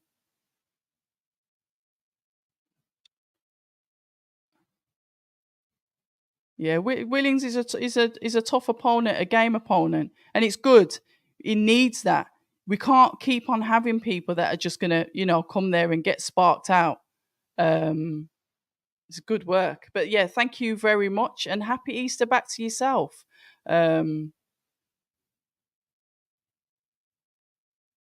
Luke, my eyes aren't looking the best today, Luke. I had a bit of a late night.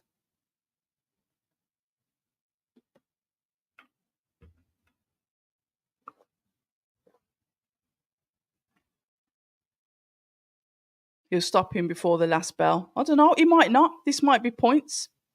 Ben's on now, Jason. Jason, what are you doing? Unless you're on about Ben Shalom. When's Ben Shalom on? Now Ben Whitaker's on now. Yeah, sorry, iffy. I shouldn't laugh. That was just a knee jerk. See, I was actually at home with my family. Yeah. I got a bit comfortable with you lot. Right, 8th and final round.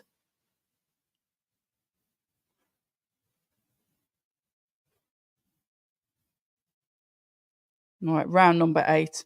And this is like probably, what's this, like the second fight that Ben's got the rounds in?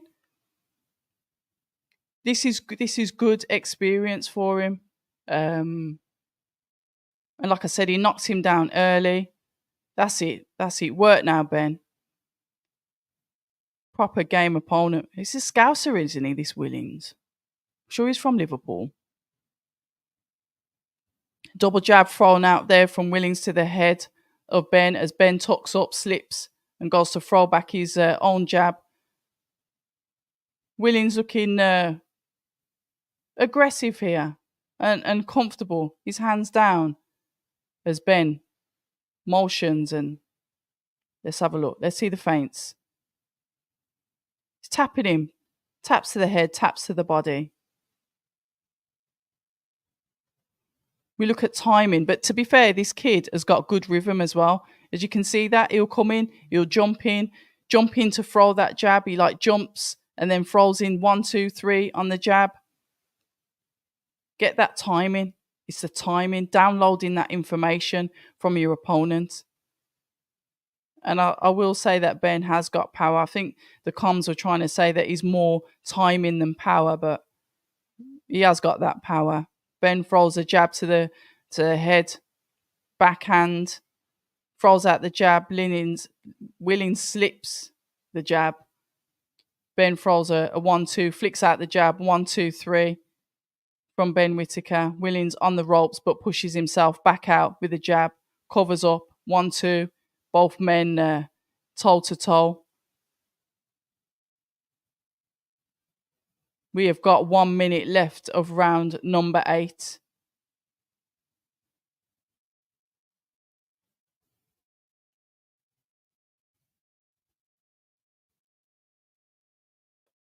Let's have a look.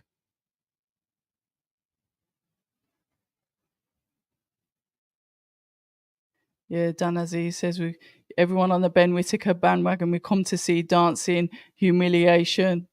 1, 2 coming back in from Willings as Ben's on the ropes. We've got 23 seconds left of the final round. I'd like to see some work as he catches him with an overhand. Ben throws his own shots back. This geezer's tough.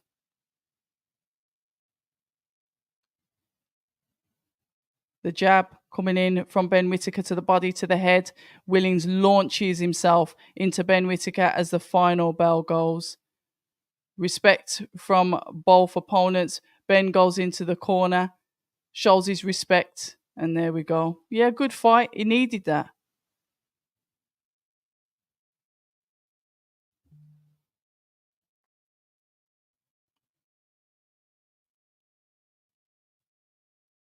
Matty, I'm not putting that up.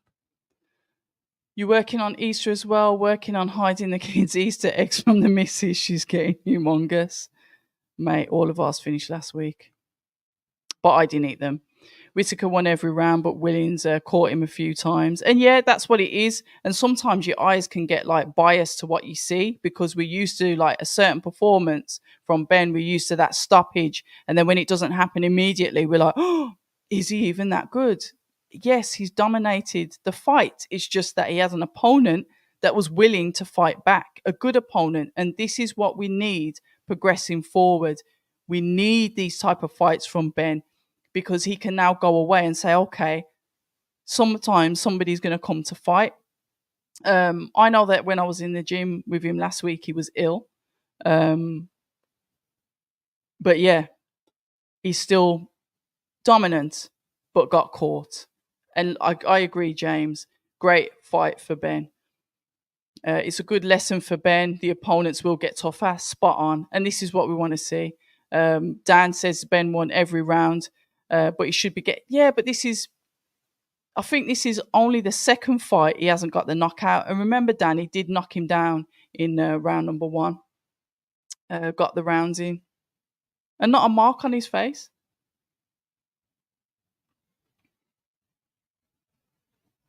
Right, Dan Aziz just saying like he sees it. Great having him on commentary. Yeah, Dan Aziz is brilliant. And he's just wound up them lot saying, are you trying to say that he's not the fighter that you thought he was? Dan Aziz.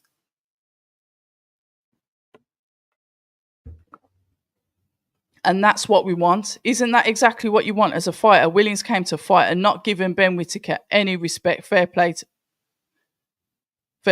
the guy. It's all right. I saw Willings' hands raise there. I was nearly like vomited out my drink. Yeah. He did, but I think he was playing around to him. It's what he does. I don't know. Has he got a mark on his face?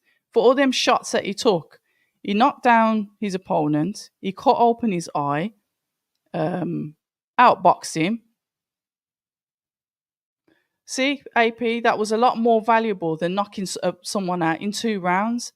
These are the type of opponents that we want. This is how you build your fighter. Build them incrementally, get them better, get the practice in. Hopefully we'll have where are we? We're only, what? Yeah, all right, fair enough. You can say that we're in April almost. You can have, 4 more fights for the rest of the year? You know, why not? And get him to build. Because that's what you do with your fight. You don't rush them, get them to hold a belt, and then when the challenges come, when they've got the belt, say, might need to have a couple more fights before we get. It doesn't work like that. Build your fighter properly. Don't rush them. I think we've got how many fights between the main fight? I think we've got one more. It's Chris Congo, or Firing Marku, Chris Congo coming up, and then the main event. So one more than the main. I can't help you there, Eto. And if any of that rubbish comes up in the chat, I'm going to delete it anyway. Puma would suit you, Red. Puma or Slazenger. I ain't wearing Slazenger, bro. Not wearing Slazenger. A little greys. Okay, I don't know. Yeah, nothing major. Mr. A. Nah, definitely won't stop him from getting back in the gym. I think it's credit to Willings' toughness rather than being overcritical of Ben not closing the show. Still a great performance. He's ace. I like that. And you're right. But like I said, it's like boxing is such a strange thing. It's almost like we get hypnotized. And then when it doesn't go the way that we want it to go, we start like thinking, oh my God, maybe he's not that good. Maybe he's a hype job. Maybe this, maybe that, maybe. He's going through his apprenticeship as a professional. He's done all the amateur stuff. This is a new slate. This is almost like a new career. Let him run comfortably through it and expect. I'm glad it was somebody that came to fight back rather than someone that is just going to get splattered straight away. I think he did. I think he would have got the rounds in and learned that, opponents are going to hit him back and hit him back and want to keep hitting him back. Like somebody said, I think it was Matty said that the opponent didn't come to show him any respect. He came to win. It is what it is. Good fight. Dolce and Gabbana. Gosh, I don't even think I've ever owned any Dolce and Gabbana. That's all you rich people stuff, or you get these people that wear all this designer wear and the. I'm not even going to say it anyway. Just allow it. They need to. Oh no, Skyliner, no. Been going for Fabio all month, but I think Fraser might do it. Can't believe how Fraser has been treated. Sounds like Fabio's been treated like the A side. Well, the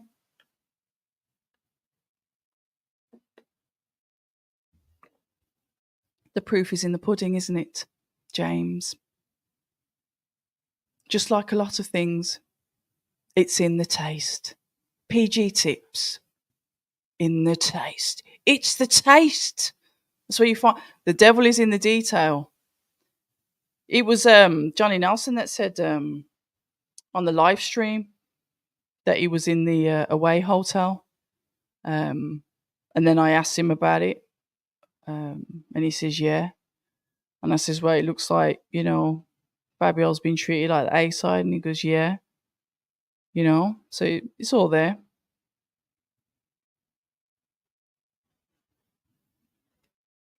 Jason, Harry, I once photographed a model. Oh yeah. For an editorial. Okay, Jason. With a jacket sent to me from Hermes, the French brand. Yes, I actually do know what that is, but yeah, it was £30,000. Now, fair enough, if you're privileged enough to purchase a jacket for £30,000, that's fantastic. £30,000, I could get a nice second-hand Jaguar Velar for that. 30 grand. Yeah. I'm not design. I'd rather have assets, and I don't see like designer wear as an asset. Really, I know some people say, you've got all right, don't get me wrong, I've got one pair of Christian Louboutins, and that is because I've always wanted a pair of Christian Louboutins. I've wore them twice because they are the most difficult high heels to wear in, just for the fact that you've got that red paint on the bottom. It's not all what it's cracked up to be. I'd say shoes like that are better to be in the air than on the floor. But anyway. Chris, where are you? I need you. I'm going to the dark side again. Whitaker with Eddie Hearn is the future. Might happen. Let me say it for you, October. So this is loans, everybody. People who do wear designer clothes but haven't got a pot to pee in. There. I've said it. And that's what I was going to say. But yeah, you've said it for me.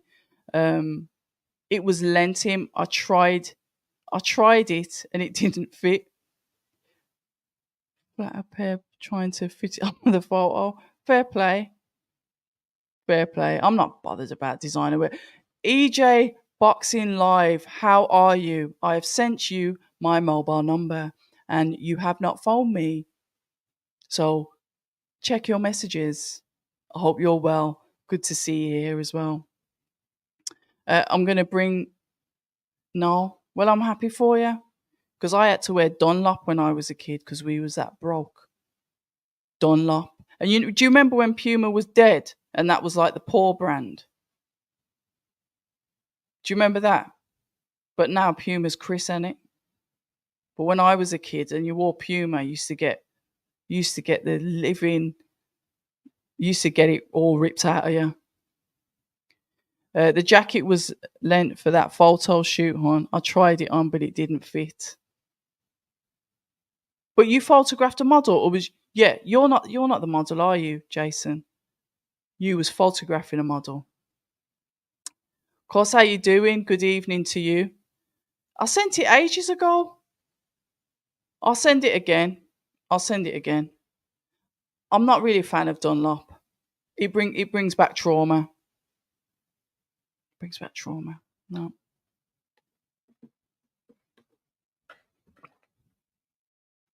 What are you saying about this one then? Florian Marku versus Chris Congo.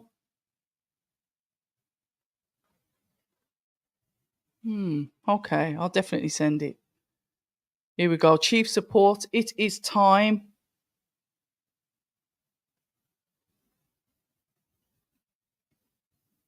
Intercontinental Welterweight Championship.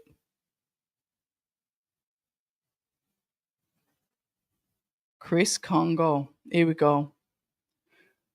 Right. So we are saying, the chat is saying Congo points or late stoppage. Can you?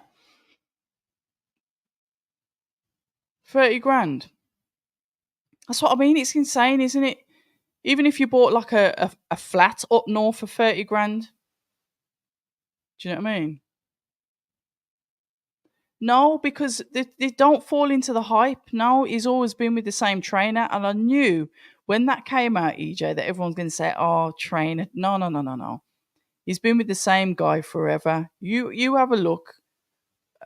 Listen, no, he'll be fine. But I bet you there'll be enough people sniffing. Oh, I heard that you split from Sugar Hill. Bore off. I'm Team Congo. I hope he wins.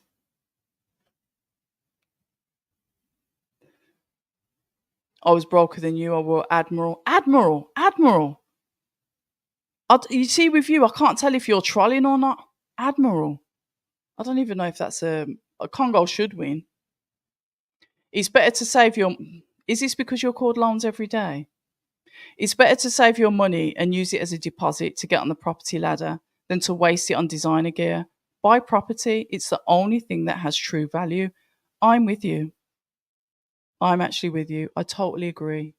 That's the way it should be. That's asset. Unless you want to buy gold. I think you can buy gold and put that in a safe somewhere or whatever because the prices of gold goes up. I don't understand and not really into that Bitcoin palaver either. But houses are always best assets. Even cars. And, I was supposed to get a brand new car. And then they were faffing about because it was locked down and they were talking about they couldn't get certain parts because of whatever. So I ended up buying a second-hand car, not an old car, but a second-hand car. And I think it was the best thing I ever did because you're just hemorrhaging money out on a new car. The depreciation on vehicles is horrific. Soon as you drive that brand new car off a forecourt, you're losing grands. It's just not worth it.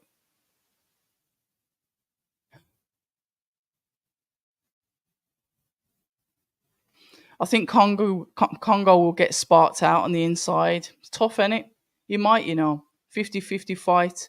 Punch out boxing. Thank you very much. Keep up the great work. And yourselves as well. You keep up the great work too.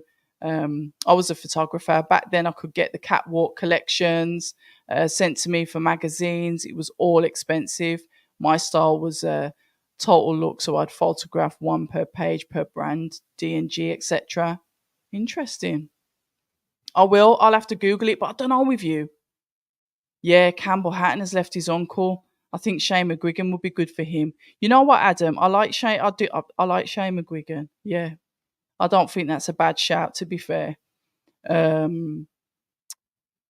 and I felt sad to see that he'd left his uncle, but yeah, I don't know. That's me and the whole family stuff, innit? I don't know. Good evening, Jack. How are you doing? Been having some good chats with Jack on X all this week leading up to the boxing. Pound for pound, Jack. Always a pleasure to see you in here. Been a hot minute. Greetings and blessings, Miss Red and chat. Jose, good evening to you. Golden Property is your best bet. See?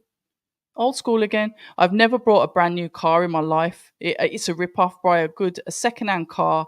No need to impress anybody and use the rest of your cash to get on the property ladder. Yeah, I totally agree. And I don't like all of these flashy chains and all that stuff as well. Because you're just asking for just someone to. It doesn't matter. Forget I said that. But yeah, that's when I talk about really buy gold and jewels in their like raw form and put them down. not necessarily hanging everywhere. Howard Foster. Oh yeah, forgot that he's with right, so we've got Ben Davison with Congo, or Lee Wiley, the team. And then on the other side we've got Grant Smith. I forgot.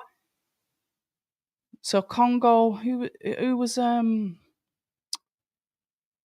Florian? Florian was with Clifton Mitchell. Then he was he with Don Charles? Someone out of Don Charles's gym, and then he's gone to now to Grant Smith. Was he with Don Charles? I might be making that up. I think Hatton will surprise us in the future. He has it in him. He just needs more experience. Yeah, just keep practicing. You know, you know what us boxing fans are like. We're horrible, aren't we? We're a horrible bunch. We are horrid. Imagine if you was a fighter and you woke up to all that crap on the internet about you every day because maybe you didn't have the best performance or you lost a fight. Loads of us wouldn't be able to deal with that.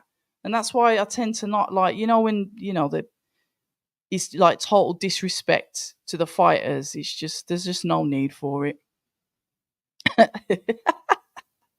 Yeah, he was with Don Charles. Best asset to invest in is a good woman. A house is not a home. It's debatable because you could invest in a good woman and then you can get a house together, or you could invest in a house and get a good woman to come in that with you, not figuratively speaking, but then you could end up giving it half away if you don't last. Florian is going to get schooled. He is very limited. Chris Congo channeling Aaron Pryor with offering a Maru the fist. Looking forward to this. And that's from James Clifford. And the final one before the fight starts, I had Maru late stoppage due to Congo not being active for a year. But Congo is one hard fighter to beat. If it goes to points, Congo may get the decision. We'll see. We'll see. The decision, we'll see. Come on. I'd like to see Chris Congo win. Nice guy. And Maru seems to have brought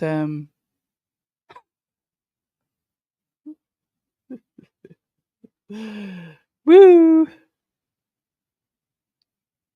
Right, here we go. Right. Both gentlemen take the centre of the ring. We're seeing Congo flip out that double jab. We're seeing Maru tuck up, throw in the backhand of his own. He tucks up. Congo's using the jab hand as that measuring stick to start off with as he feints it out, not necessarily landing it as yet. Maru's got that front foot as he jumps into a lead hook but misses. Congo goes onto the ropes but clinches and pulls Florian back. Once again, Congo throws out that jab head, jab body. 1-2 coming in from Congo. Not much sting behind it. Just throwing the shot out. A nice stiff jab that he jumps into of the chest of Maru. Maru moves his head. We've got some head movement coming in from Florian there. Pushing Congo back onto the back foot as he throws out the jab. And as soon as he tries to push him into the ropes, he jumps into the clinch, but quite rightly so. Ref warns Maru for hitting Congo on the back of the head. Nice double jab coming out there. That one landed, touching the chin of Maru.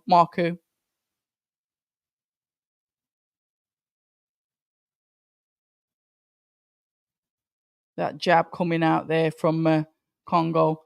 Jab and the hook coming out there. As he's on the back foot, Florian's there jumping into a hook of his own. The left hand drops of Congo as he resets, pulls into the clinch. A bit of a rumble and a tumble with the two gentlemen here. Let's stay composed, gentlemen. Back to boxing. As Congo throws a right hand over the top, but Maru answers, and the legs of Congo just dip a little bit every time Florian pushes him towards the ropes. He just literally jumps into that clinch with Maru. Nice body shot there from Maru. He's not wasting any of his shots. The shots that Maru's throwing are, they're good shots. They're stiff shots. They're meaningful shots. He's starting to push through now with the jab as he throws in an uppercut. A 1-2 coming from Congo. The last shot being the body shot. Maru trying to throw in that overhand right as Congo flicks out the jab, dips the head in, goes for a body shot. Stop complaining. You just got to get on with it. On the back. Yeah, I'd say that was to the end of that round. That was more dominant by Congo. Yeah, AP is the best.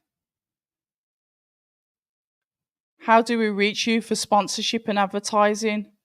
Just send us an email. I think it's all linked in the. If you go onto my Instagram, October Red Media, have a look in there. There's an email address in there. But I'm not in any real rush for that, if I'm honest. I do need to pull my socks up, but I'm not in any real rush. But by all means, you can reach out and contact me. But I definitely don't want any loans. Metal Box, how you doing? Day one in the chat, Jay Lanks. Maru is a heavy favourite with the bookies. I see it 50-50 myself. And Congo can win this with patience and box outside, in and out score, but keep out of the inside stuff. The thing is, Florian knows that every time he backs Congo onto the ropes, he's going to try and clinch him, which suggests that he doesn't want to be on the ropes. So if I'm your opposition, guess what I'm going to be trying to do to you all night? Back you up on the ropes and punish you. Because there's only so many times when you can do that rhythm where Congo's going to try and jump into the clinch. He's going to move. You can take that step to a side and whack him with an uppercut with the left. You've got to. Here we go. Maru's gone southpaw now. 1-2. Little bit off balance there from Maru. And this is where Congo could just literally just go in for the kill. You see, when those opportunities come, sometimes don't just sit there and wait. Once again, in the clinch. Another shot to the back of the head there, but that one just looked as circumstance. Definitely wasn't intentional there. Nice jab coming. There we go. That's better. Congo was on the ropes then, but instead of jumping into the clinch, he just took a step outside to the left. There's other ways to get off the ropes, because if you're jumping into that clinch, that just shows me that you're fearful. But to be fair, Maru's boxing has improved since he's gone to Grant Smith. I've seen a couple of fights when I'm thinking, I don't even know if you've won that, but we've seen better stuff here from Maru. He's busy. He's a busy fighter. He's very, very busy. But he's got some tactics that I don't necessarily like pulling someone's head towards you with two gloves. But a nice jab. There we go. That's better from Congo. He's moving off to the left instead of going into that clinch. But when you move off to the left, counter.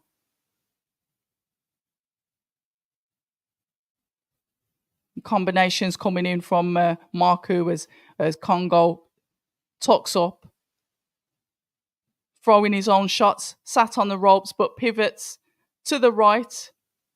And once again, Maru taps him on the back of the head with his gloves. Right, Maru's definitely on the front foot here. Busy, very, very busy as he throws out a jab on the head. The face hits him clean. And once again, another jab coming in from Maru.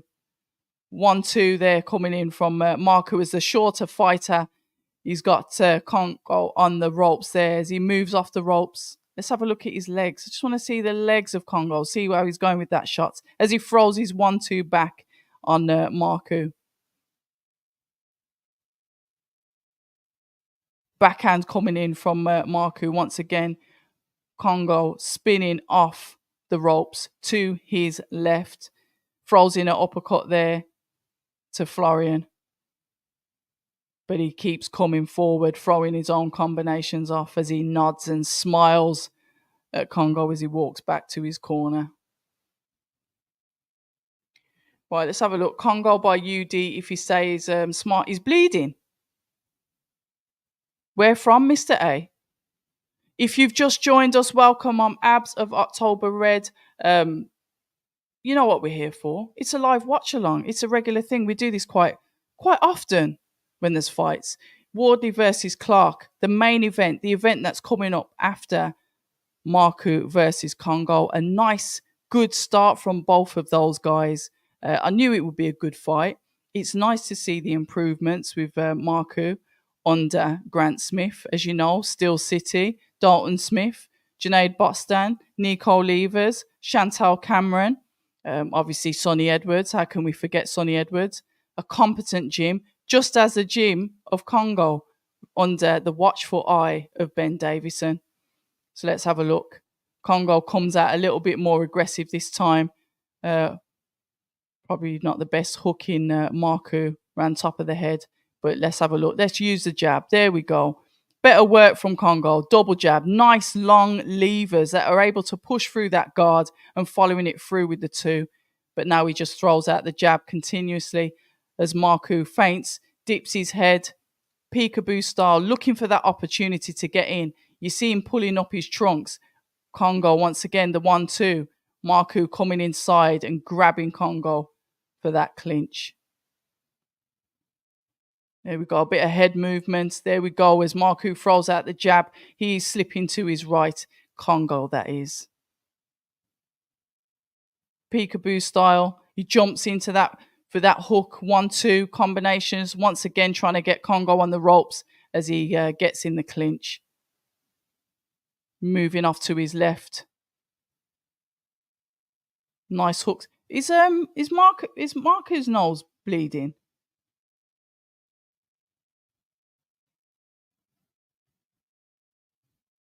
I had about 10 Easter eggs last week. Let's not talk about Easter eggs. I think I'm going to have to fast for about 3 weeks. 1-2 coming in from Chris as Maru walks forward, taking some shots there as he throws out a jab of his own. Congo trying to use the range to keep out of the way of Maru, but maintaining it so he can throw his own shots. Once again, Congo pivots off the ropes. You know, I'm thinking about Fraser Clarke and Fabio Wardley in their changing rooms now. Like, you know, all these eyes that are going to be on them. How nervous. Are they going to be nervous? Are they, you know, this is something that obviously, you know, Fabio Wardley's, you know, he's been to Saudi, he's boxed on the big stage, he's boxed on the undercards of Anthony Joshua. There's a lot of pressure, you know, on Fraser, a hell of a lot of pressure going into this fight. And I get it, it's what he does, he's a professional fighter, but even me sitting here now feels those nerves for Fraser going into this fight. And not because he's incompetent, not because he can't do it, but because of it is a big fight. Yeah, you can say, oh, it's only a British title. It's a big fight. And the thing is he's not fighting somebody that the British public don't like. He's not fighting somebody that the British public want to see get beaten. Fabio has won the hearts of many in boxing. So there's also that veil that's there as well, protecting him as he goes into this fight, being the obvious favourite, even obviously being treated so well by all at Team Boxer. You know, obviously they're teeing him up, aren't they? Maybe they're confident in Fabio's capabilities as well and are looking to snatch him up. But yeah, it's one of them. Oh, it's his eyebrow. Okay. Oh, beautiful uppercut there from Congo. Nice. Well, I thought Maru was bleeding, but he isn't. He's just got a reddened nose. Hold on. Big Fraser will be doing some Lego with his boxing. Hold on, I got to switch the headset because these little Beats things don't last long. Yeah, Fraser's warming up in the changing room as I bring it up now. Shadow boxing, watching the fights. Fraser being a big fan of boxing himself. Right, here we go. Florian takes the center of the ring and jumps into that lead hook, lead left hook in the head of Chris Congo. Chris Congo comes back with his own jab, nervous, flinchy with the jabs that he's throwing out, but he is pushing them through. You can see that as the reddening on the nose of Florian. Shoulder barges him out of the corner. I mean, I like what he was doing before. He was pivoting out of the corner rather than, going for the clinch. But when you're pivoting out of the corner, you've got to come in with a shot. Stun him. Stun him while he's on his feet, even if it's a body shot. Get something in. Because he's constantly on the back. Oh, beautiful jab there from Congo. That's the one thing about him. Long, lovely levers. Make the most of it. Work it. Use it to your advantage. But when you throw it, finish off the combination with something else. Yeah, you can jab somebody's head off all night, but whip a body shot in, a right hand to the left of the body of Florian. Start to attack the body. Look at the positioning of his shorts. I know maybe he's just short-bodied though, to be fair, Florian. Overhand right coming in from Florian. Congo there slips the shots, but the crowd cheer as if he's got them. And once again, we've got the spinning circle of death. Oh, this bloody... I don't even know what it is. What can I say that it is? That's going to put me behind now.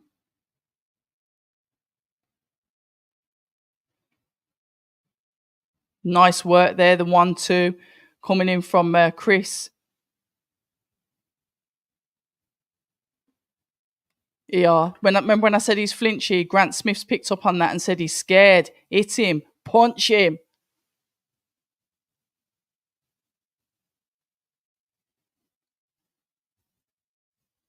Right, we've got 1 minute left of round number 4. I think this is another fight that could possibly go the distance, to be fair. I know obviously Florian wants to go for the stoppage, but we'll see. He's very confident. That's one thing that I'll say about Florian. I'd just like to see a little bit more from Chris. Like, stand with your 10 toes down, believe in yourself, really start going in for it. Yeah, box, but box with intent, box to hurt him. What do you want to do to him? Do you want to box and win, or do you want to knock him out? Because those are the type of shots that Florian's coming in with. Aggressive. He wants to hurt you. And now this fight is getting messy. Yeah, messy, messy, messy. Guys are going to be surprised by Fraze. I'd like to see Fraze win. Like I said, I've met both gentlemen, but I've spent a hell of a lot of time in the gym with Fraser, watching him go through his camps practically from his debut up until now. And you get used to fighters and you learn their ways, they learn your ways. And maybe it isn't the best thing for me to do if I'm, looking at a journalistic approach, but I'm human. I've also met, Fabio at several events, very polite, very respectful. I love his humor. I think he's really witty. He's got character as well. But it'd be wrong for me to sit on the fence with this. I really want Fraser to win because he's doubted so much as well. That underdog mentality. I'm not ashamed to admit it.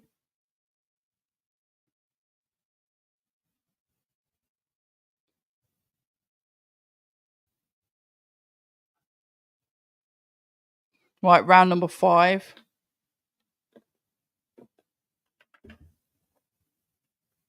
Right, both males take the center of the ring. Congo jabbing, trying to jab, uppercut.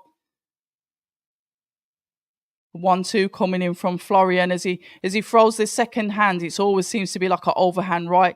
The punch of choice when it comes to shorter fighters. That backhand is often the overhand right.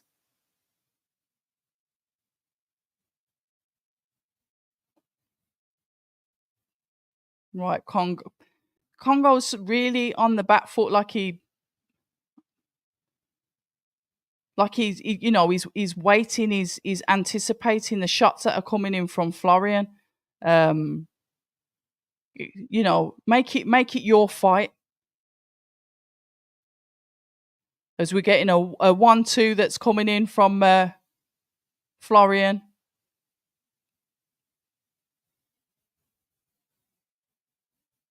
Howard's having a quick word with him about being dirty. Don't be dirty in the ring, he says. Something along those lines. Florian jumps into the jab, which skims the face of Congo as he throws out his jab of his own. The crowd is starting to cheer, chanting. Maybe they want some more action. They want to see this knockout. They've bought the tickets. They've turned up. It's quite nasty. You can see like Congo once again is flinchy. It's like, I don't know. I don't want to say it, but it almost feels like he's, I don't know. Is it like he's lacking? He needs that confidence builder. When they say that fighters are growing confidence, do we need to see that from Chris? Because he's got so many attributes as a boxer. He's long, he's rangy. When he throws out that jab, it's beautiful. But it's like, come on, let's follow it up with something else. Right now, he's backpedaling on the back foot as Florian just continues to walk forward and tries to mark up to get that overhand right to land.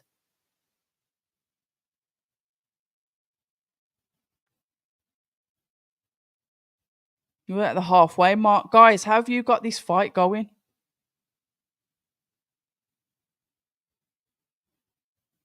We've seen the more tidier work, the more compact work from Chris. Like I said, his jab is phenomenal. But it still feels like, even though Marku's probably not throwing the more accurate shots, he's still able to push Chris back. Yeah, I think there's some swelling on the right eye of Congo. Can you see what I'm saying? It's like he's backpedaling.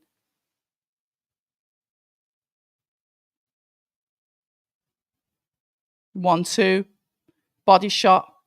Both men once again in the clinch as the ref separates them as they go back into their respective corners. Right. Hold on. I fancy Fabio, but that's just my opinion. He's definitely a 50-50. You'd think Big Fraser could do it with his better pedigree, but I just haven't seen anything impressive from him yet. And this is where it's tricky. It's like, well, it's like, what have you done? What can we use as a measuring stick with you?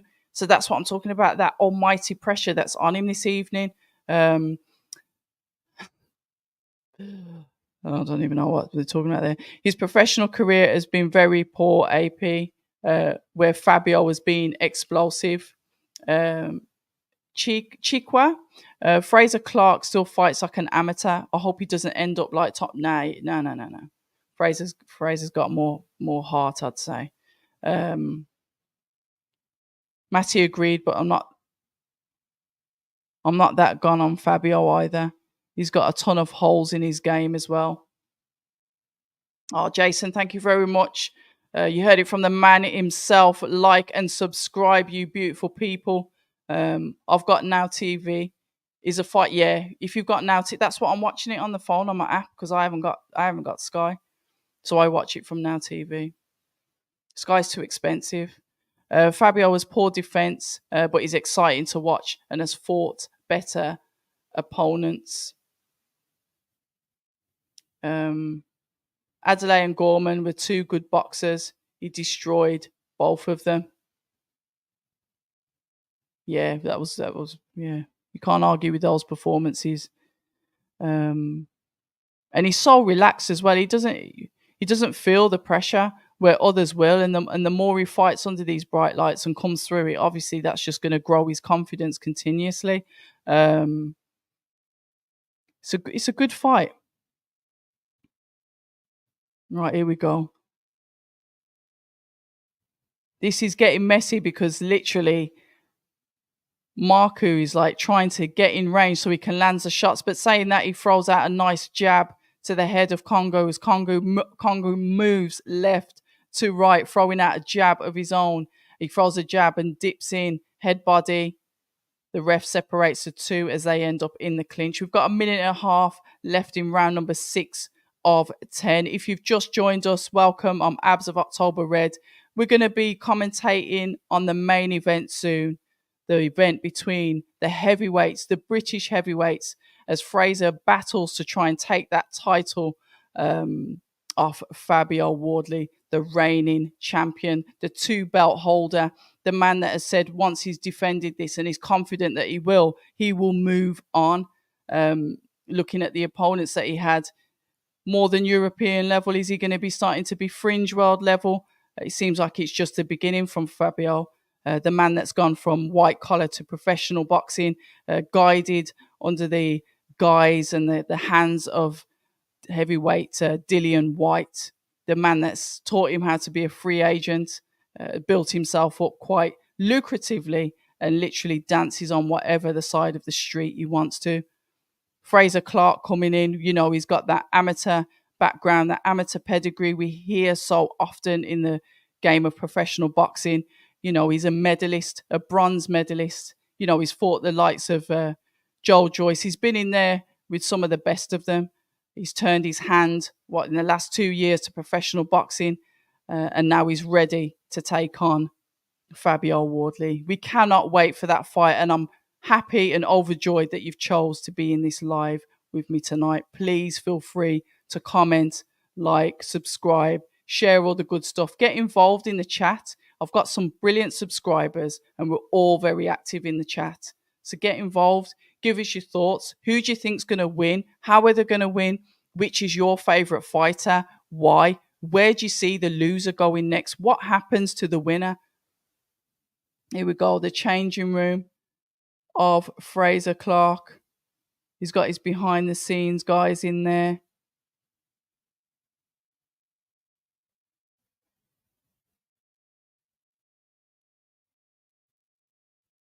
Yeah, he's got his team in there with him. Angel Fernandez in there with him. Gosh, that place looks like it's heaving. Looks really full. Adelaide and Gorman were both. And now, because, come on, Gorman. I've heard a little whisper about Gorman, but a nice whisper. We might see him back out again soon.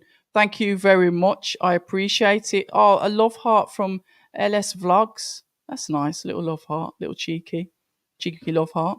We are in round number 7. 20 seconds down of round number 7 of 10 for Florian Maru and Chris Congo. Chris Congo fighting more or less in his hometown. He's a South Londoner, a friend of Richard Riatpour. There's a few of them. I think they all went to, is it the Lynn gym? Or South London guys? Or Miguel's gym? Might be Miguel's actually.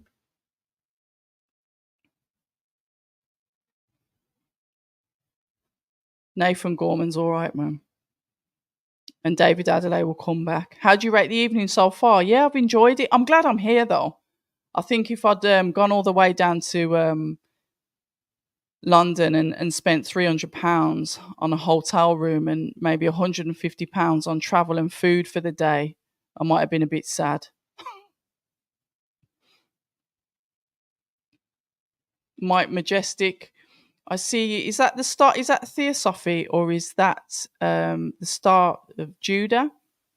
Mikey Majestic. I feel like Fraser, but I think Fabio will win this one. Also, that star. There's a lot of myths and everything around the star. Star of David. Also, the elements, as above, so below. There's all sorts of stuff to that star. I'd like to see the profile pics. I do a little bit of reading, a little bit of history. That's better. That's better from Chris throwing the shots out. Sorry, I'm babbling. Well, we've got 1 minute left in round number 7 of 10. Why am I babbling? Why am I not concentrating on this fight? Who knows? Chris, shout at me if you like. 1-2 coming in from Florian. Florian's going to get quite frustrated because he wants to go for the knockout. You know what he's like. He's brought his, he sells loads of tickets. You can hear them in the audience. They love him. They want him to get that knockout. Even at the press conference, Chris was like, you were drowned out by the cheers for Florian. So, yeah. But we're starting to see Florian slow a bit and we're starting to see Chris come into himself a little bit more. There's a bit more confidence. Here we go, slipping and sliding, uppercuts, pivots. There we go. Nice work from Chris Congo. A 1-2 as Florian comes back with a jab. Double jab coming out from Chris Congo. 1-2 body shot coming in from Chris. Nice work. Here we go. He's woke up now. This is what we want to see. The countering with the hooks. Good work. Lovely way to win the round from Chris. I like to see that. Grant gives him a smack on the bum. Is he going to start shouting at him now? I wonder what he's going to say to him. Yeah, he's having a right go at him in the corner as we've got Dalton Smith hanging over the ropes there. I wonder if Dalton waved at Ben Shalom as he walked to the ring. Oh, yeah. You've got to give Fabio and Dillian their props. Fabio has done well financially for the level he's on. 700 bags for a British title fight is unheard of. Yeah, you've got to give him the props, but you know what, with me, AP, it's kind of, it's old school as well, because I do believe that the fighters, they've been given opportunities by promoters on platforms. I admire the fact that, here we go, look, I'm sorry, I've just seen Fabio on the pads. I admire the fact that these guys can work for themselves, but you've still got to give the promoters the credit for allowing you to build yourself to that point to where you can be independent. So you got to give credit to the promoters that put him there in the first place. So, when you hear all this, ungrateful talk, loyalty talk, I'm old school, and I believe that you should never bite the hand that feeds you. Even if you're not the star pupil, even if you're not the star boy or the favourite, you should still be respectful. But that's me, I'm old school. Who's winning? Raymond. I'd say, guys, put it in the chat. I think Chris is winning. Is the more competent boxer. But guys, if you think anything different, please put it in the chat, as I've been known to see one thing and then say something else. But I'm seeing those rabbit punches are terrible coming in from Maru. He's saying timeout, get back in the corner. I ain't going to tell you again. Yeah, he's naughty. What's he saying? Is he going to give him a point off?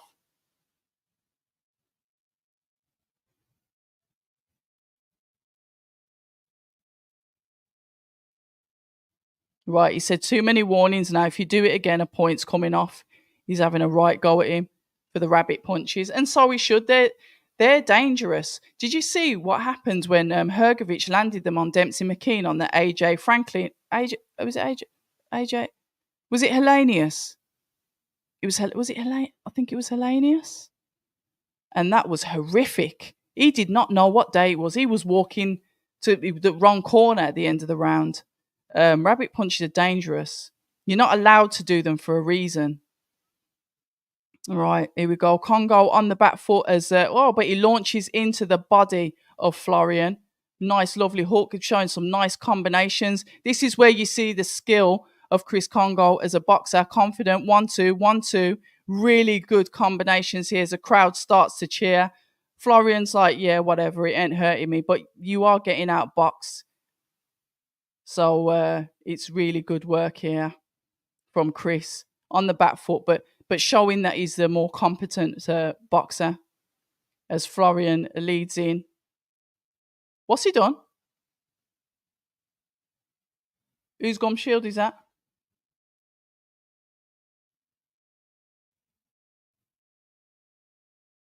Somebody's gum shield's out. Oh, is it Chris? Come on, hurry up.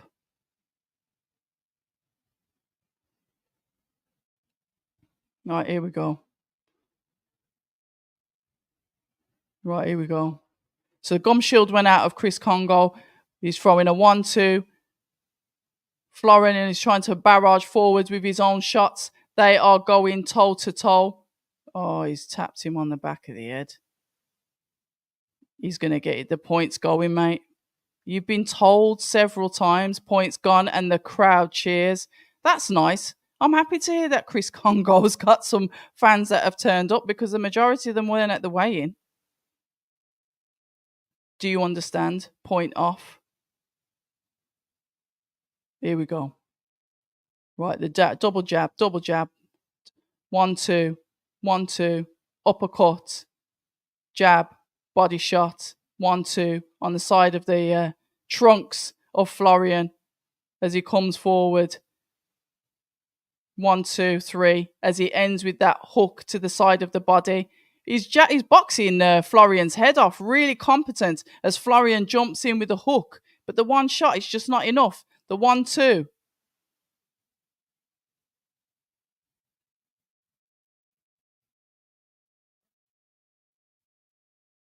I don't know what happened there. Right, here we go. Body shot, headlock. Win by any means necessary. We've still got what? 14, 15 seconds left of round number 8. This is far from over. We've still got 2 rounds left. Are we going to get the stoppage? I doubt it. And I've been right so far. You can sort of like tell how a fight goes, even though one punch can change anything. This is boxing after all. Star of Judah. Okay. The Lost Tribe and my own logo. Nice one. I like it. Great 7th for Congo. Howard Foster ignoring the rabbit punches. Yeah, he gave him the warning. Oh my god. Is the purse 700k? I think that was because it was out where the land of, I like to call it the land of make believe, where all the magical things happen. Atmosphere at Fabio Wardley fights is similar to AJ fights. Great nights, expectations are high and exciting. You are right, because I have been there when Fabio's fought before, and it's been total Congo. Yeah, I know what you mean. It's been electric. 700k each. Nice one. Coming into fight now, Marcus. Yeah, he's slowing up. I totally agree. He said he could get disqualified. Okay, fair enough. I'm loving this Congo support in the chat. Here we go. As Florian launches into another hook, as Congo tucks up and he moves around to the left, then moves around to the right. Overhand feint coming in there from Maru, as Congo throws the jab out to the head and to the body. Definitely more competent boxing performance from Congo. Overloading a shot, a hook there from Maru. This fight is proving more difficult than he believed that it would be. I believed he thought he could get the stoppage and maybe get it quite early, but it's not worked out that way. And he's having to work, and Congo is making him work. I'm glad he's woke up. He was a bit flighty, Congo was in round number 1. As we see Florian coming in and launching in with the attack as the ref splits them up. Due to that semi-headlock we often get in boxing when a fighter dips his head towards the stomach of his opponent. 1-2.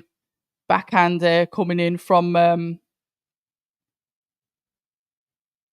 Congo. The ref has to separate the two again. We're halfway through round number 9 of 10. Let me know how you've got it in the chat, guys. Let me know what you're thinking. Let me know your thoughts. Who do you think has got this? Congo's boxing comfortably on the back foot as he moves 1, 2, 3. Florian goes in for those headshots as he levers the head of Congo in so he can land them more comfortably. Usually jumps into a hook there, but Congo takes it. Not phased. He throws out the jabs, double jab to the stomach of Florian. Florian throws back his own combinations to the head of Congo.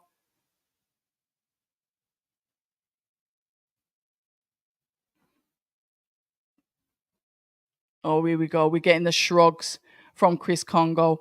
Confident in his performance. Now, this is where the ego will come in, and this can force Maru to make unnecessary mistakes. He's got to remain calm. You're dealing with a boxer here, so you've got to try not to get that frustrated when they're outperforming you. Complain to the ref then as Congo caught him with a nice clean hook.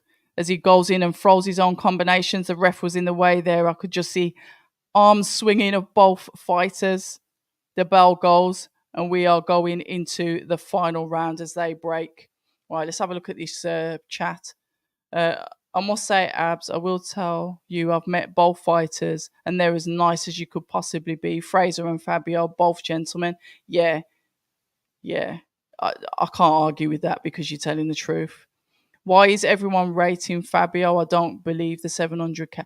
Yeah, I think that's. I heard similar rumors. Obviously, we're not gonna. We might not exactly know. Um, it's a professional experience, I'd say, Raymond.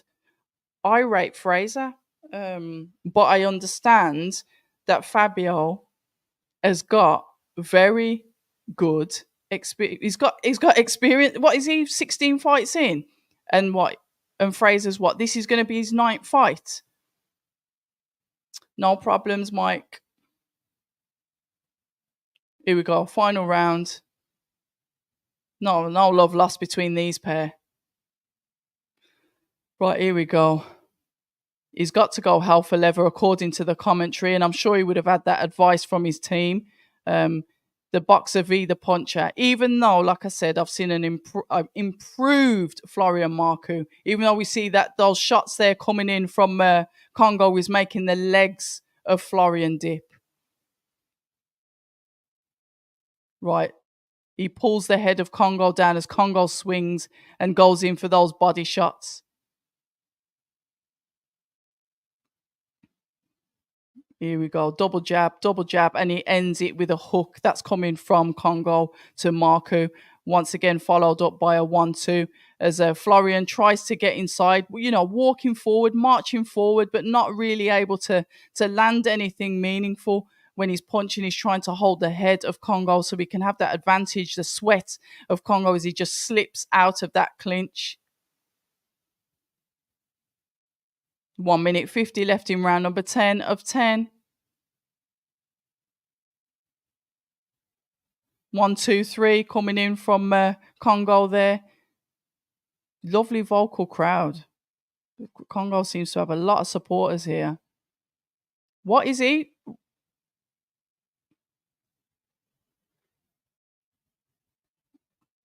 Marku's there throwing out a jab. I know he wants to land that overhand right. He's getting his head jabbed off. The 1-2 coming in from Chris Congo. Florian tries to get inside as he throws out his own jab, not able to, continuously walking forward and trying to. Oh, beautiful uppercut landed by Chris Congo there as the arm of Marku just pushes up against the chest of Congo. There we go. We've got a minute left, guys. Just under a minute.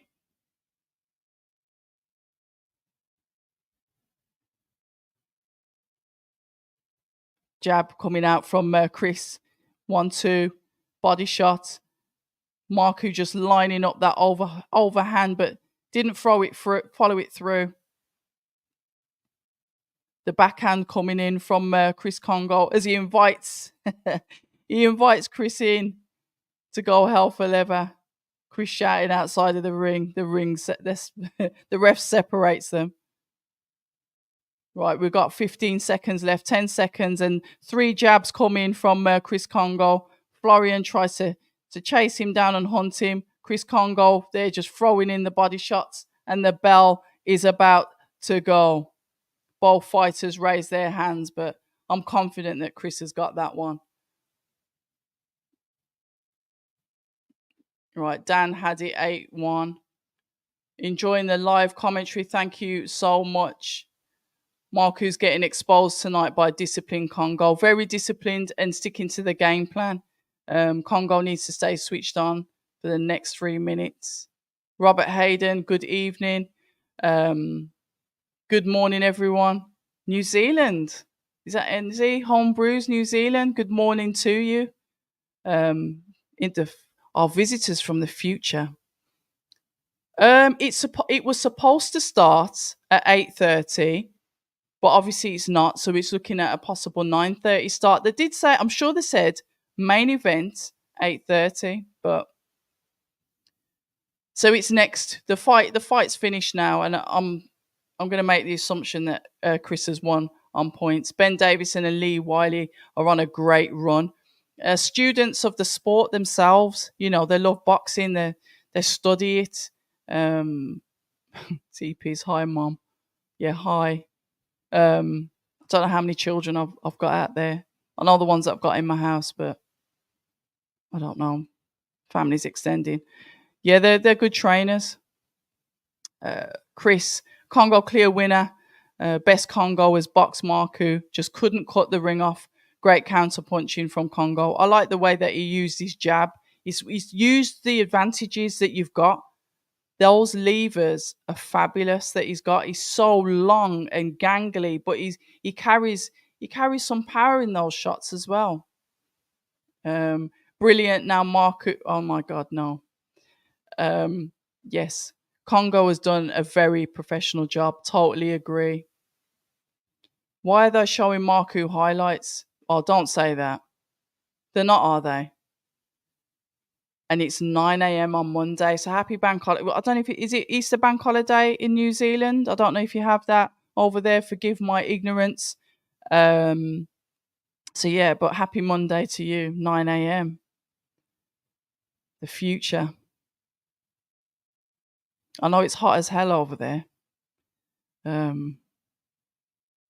I always thought about going over to that side of the world, but that plane journey was, what is it, 24 hours on the plane or some craziness? Let's have a look. Let's see what happens. We're keeping our fingers crossed that it's going to be a fair and just night. Here we go. Michael Alexander, 96, 94, 96, 93, 98 to 92. IBO, Intercontinental.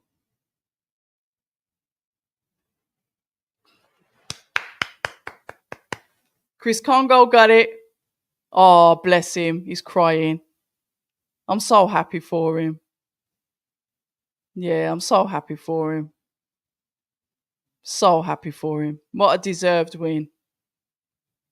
Good work by Congo. Uppercut, then slip. The hooks were on point tonight. Yeah, I'm so happy for him. Yeah, good lad. Mr. Flash is saying, oh, Dr. Wu Doc. Is that in like Wu-Tang Clan? Big up to yourself too. Fabio for the win. You man, thank God. Trust me. It's one of them, innit? Congo winning. Easy unanimous decision. Got to be. Yeah. Congo boxed him. And he did. He outboxed him. Marco, too much talking. Chris was focused at the presser and did expend energy. Well done to Congo. You thinking to move in New Zealand? Is that? I don't even know if that's you taking the mic. I don't even know. I'll just get that off the screen. I just don't know. I don't know with you. Scored it 8-2 in Congo favour. Yeah, I'd say that. He did disrespect him all week. Yes, it's a holiday. Not too hot. Aussie is hot. 24 degrees. 24 hours to get here by plane.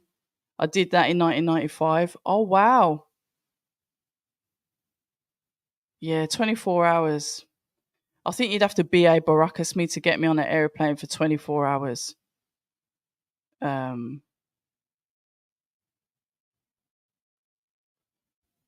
Sheriff Eubank is in town. Fabio has this round 7, and that's coming in from Iron Stealth.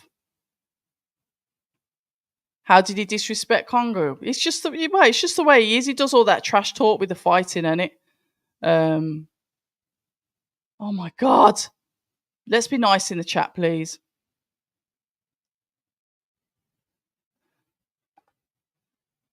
Yeah, we'll see. We'll see what happens. Let me see what happens with Chris. Let's see what he says.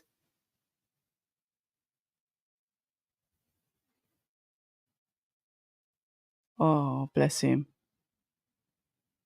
Barry Smith, Lee Wiley, Ben Davison. The same names that you hear echoing through boxing. The names that you hear so much of. Lee Wiley, Ben Davidson, Shane McGuigan. Those are the names that you're continuously hearing in boxing. And sometimes I feel like it, and it's through the credibility and the work that they've done, but it's almost like, they are, when you think of British trainers, those are the names that are coming up.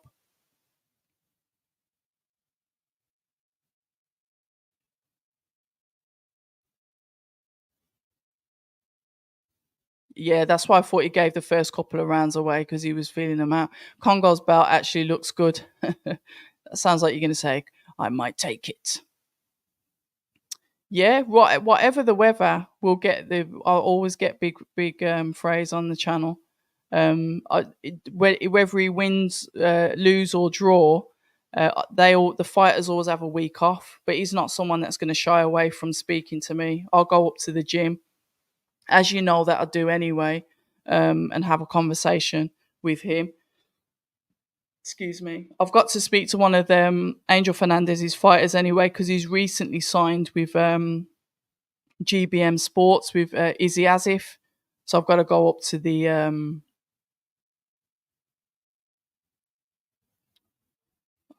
got to speak to him actually, to be fair. Oh, here we go. 2 British boxing legends.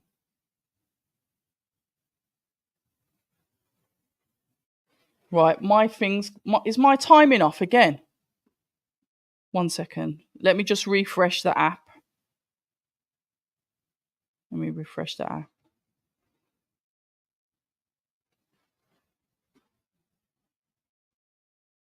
See what's happening with that. Sometimes Siri, I need to turn Siri off my phone because it will turn on and then it will pause what's going on in the background. And then it just takes ages to come up. I'll leave you lot to talk about the biker gangs. I don't know what's going on there. 1 second. What's going on with this app now? Now app is not nowing. Come on, get a grip. No, I don't watch Barbie. Live sports.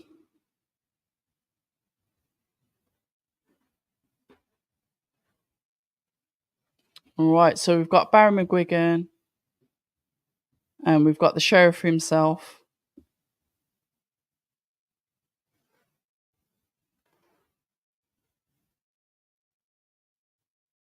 Who's the sheriff talking about? Because I've had to refresh the app. Azim versus Eubank.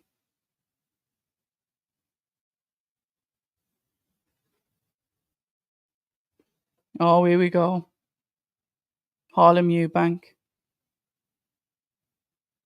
All right, so that's what's happening then. Interesting.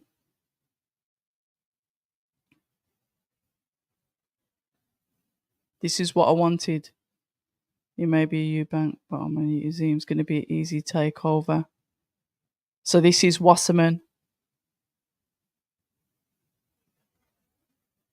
So this is Wasserman and Boxer working together again.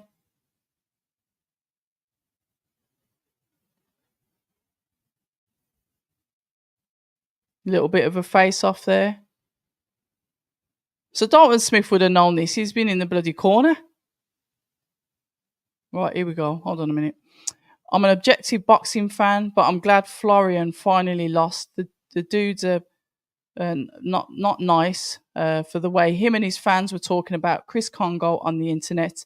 Yes, I do believe that there were some slurs thrown around earlier on, not long after the initial. I think it's when they had that shove, when they started to obviously run with the momentum of the fight.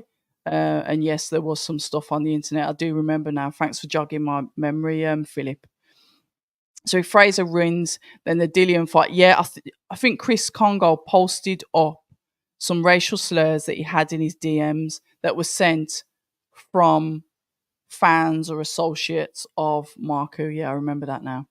So if Fraser wins, then the Dillian fight will be huge. Also, if Wardley wins, how Dillian versus Fabio, master versus student, that I don't even think that would ever happen. But you know what? I said I didn't think that gosh, what was his name? Joseph Parker and Tyson Fury would ever fight, but then Joseph Parker seemed like to say, yeah, if the money's right, I'll definitely have that fight. And then somebody mentioned that to Tyson Fury and he's like, is it? I don't remember having that conversation, so who knows? Oh, what's happened? Who's not speaking about boxing? Anyway, seniors scarf is legit fire. I'll take Adam is giving up the European belt.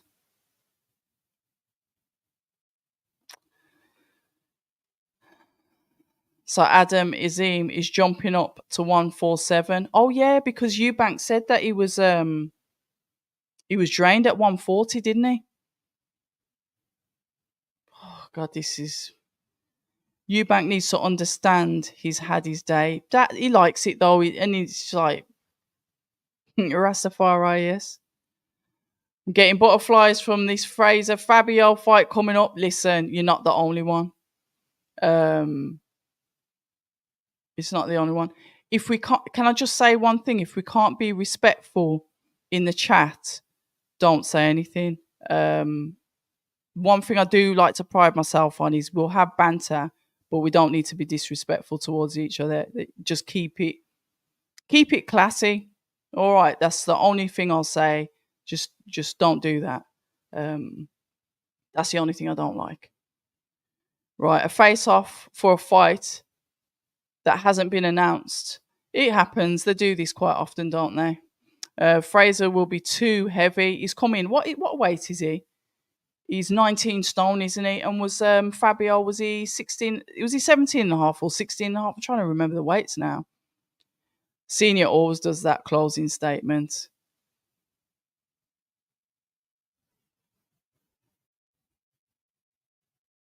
Oh, so he wasn't trolling then. Oh, that's all right then. Maru and his fans are naughty. They've always been that way. Yeah, yeah. It's just yeah. You can slate somebody off, but slate people as much as you want. But when there's just a certain tone. You just don't do it.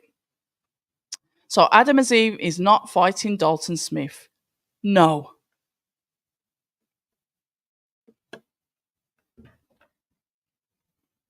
Nope. When are we getting this KFC pizza that all the American... What KFC pizza? I know. I was just thinking that, Seg. He was ringside with Florian Marku. So obviously they're going to know all of this stuff, what's going on backstage. But Dalton is very, lovely guy, very professional. But like I said, if I did get to speak to Ben, there was certain things that I wanted to ask him. That I have watched a few of the conversations that he's had, and those questions weren't asked. But I didn't get to speak to Ben this week, and I'll just, that's what didn't happen. Absolutely beautiful result for Congo. Amazing. Steel City train, Marku, they do indeed. Eubank beats him. Eubank's quite good, isn't he? And I do like the fact that Harlem is now with Chris Senior. I think it works really well. I like that matchup. Wardley inside 6. Not impressed by Clarke one bit, but it's Clarke's first difficult opponent. They call it the squared circle of truth, don't they, Raymond? The boxing ring. Is this the biggest British title fight since Fury versus Chisora 1 and AJ White in the past? I'd say so, Jack. If anybody disagrees, put it in the chat, but I think it is. Leonard Sterling, Adam Azeem is moving to 147 officially. Congo in the future? Maybe. The in-house fights are always the easier fights to make. I wasn't aware that Adam Azeem was going to go up in weight at all. But obviously that's what's happened. God, my neck is killing me. Clarke wins this. I would disagree respectfully. Ring face-offs only happen when the fight is announced. And yeah, that's how it should be. God, why is this running so late? They said 8:30, 9:30, and now it's 20 to 10. I was a Nigel Benn fan back in the day, and then I met Chris Eubank, smartest dressed man I ever seen, and he's a nice man, nice as of a man that you could meet. Dalton Smith should bring that energy to Richardson Hitchens. We'll see what he does with him next. Oh yeah, you're still speaking with Homebrews. Yeah, absolutely. Yeah, I wouldn't mind getting senior, but sometimes when you think, oh yeah, I'd love to have them, I'd love to speak to them, and then I haven't met senior, so I'm not talking about him.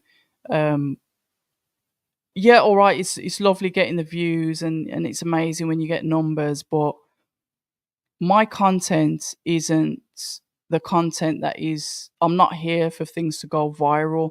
I'm not here because I'm in a race. I'm not here because I'm better than anybody else. The channel is about the fighters. Yeah, this is our sort of corner where it's us in here and there's no fighters in here. But the conversations that I put up, I want the fighters, kids, grandkids, and other members of the family, people that are close to them, to look back on that content for years to come. I'll be dead and gone. I'd In the afterlife, I'd be so happy to see or to know that some conversations with October Red have been in a featured, book for one of the fighters that I spoke to that became a world champion. Like all of the Mike Tyson vintage stuff, the Muhammad Ali vintage stuff, where they use clips of different interviews. That's what it's about. It's about creating that content that lasts forever. Um, and if I don't have chemistry with someone, or I feel like we're going to have that good conversation, I won't do it. I don't World champion, journeyman, whoever it is, we've got to have that chemistry, because that makes a better conversation and better viewing for you guys, because you're consuming that. What did you learn? What did you think of that? What did you learn about that fighter's personality, that promoter's personality, that coach's personality? Things that seldom change. I don't care about, viral this and that's not me. So I do things slightly different, and that's why I'm not in a rush. Here we go. Fraser Clarke's walking out now. Now I'm getting nervous. Flipping heck.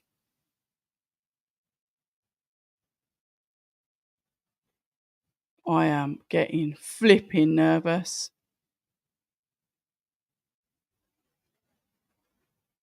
I don't know if they're going to announce a fight. Don't know. Is that Insidious music? Anna, the lovely Anna. It better happen. Wasserman have worked with Boxer before. Does anyone know if Dillian White is getting in Argos? Playing silly games, bro. Purse bid on Wednesday. Third illusion. We have another big fight. Haha, Dalton. Yeah. But this is boxing though, isn't it? This is boxing, and these things are going to happen, Leonard. We're going to Promoters can do what they want, but when you talk about getting your fighters into position or getting them a belt, then they must understand that there will be challenges for you to face when you have possession of that, because then you become the target. So we'll see. Come on, big phrase. To be fair, Conor Benn and Manny Pacquiao did a face-off. Yeah, I didn't even watch that. Enjoy the headline, everyone, and big up Red. Big up yourself inside the distance. Nice to see you here. Meaningful and honest. Yeah, that's what it's about, isn't it?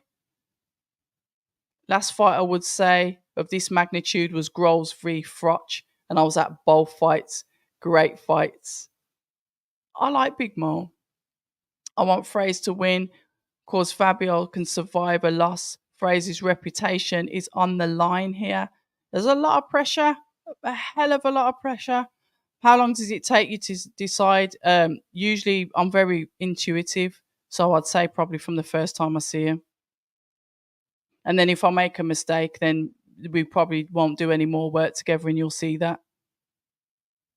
Quality, if the guests feel comfortable around me and I feel comfortable around the guest and they want to be there, then yeah, let's get this work.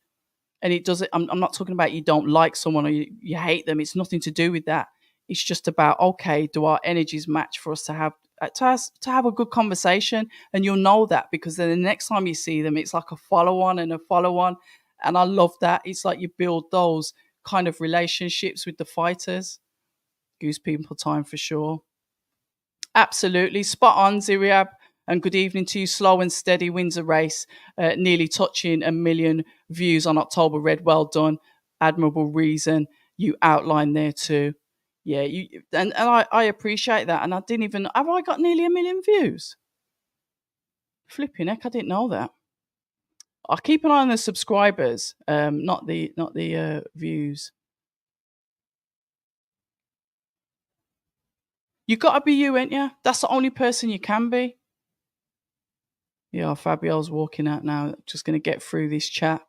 Fabio gets a knockout, 5-6, not going any further.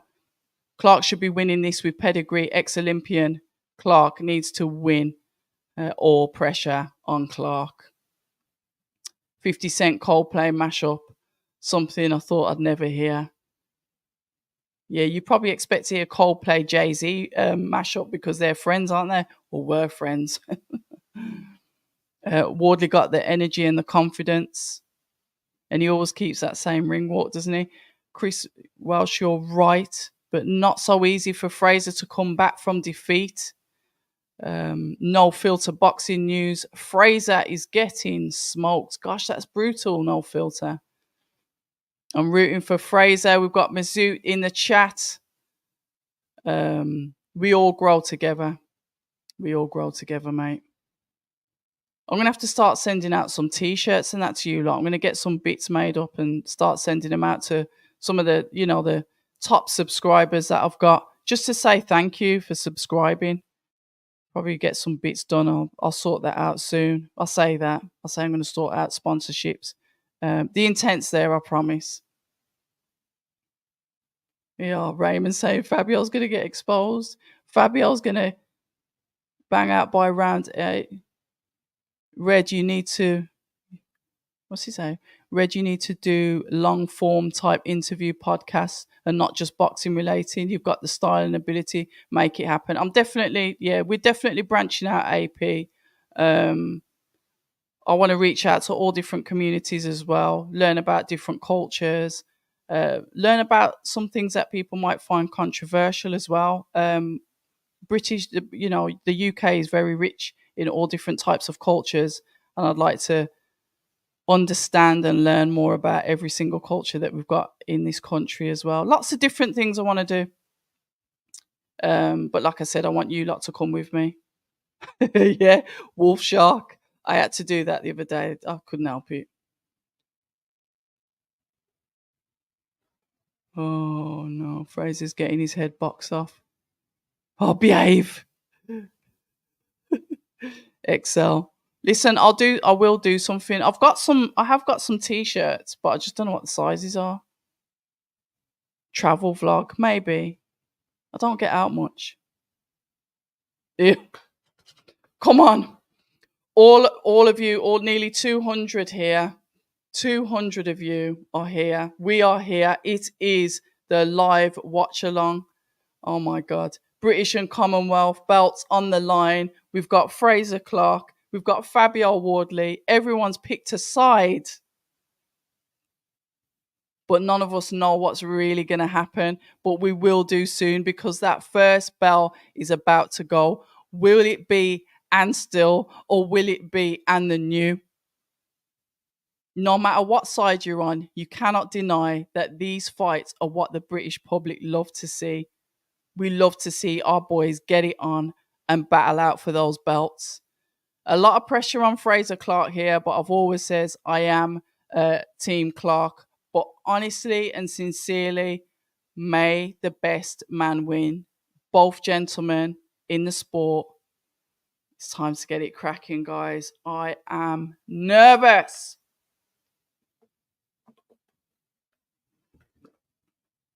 So nervous.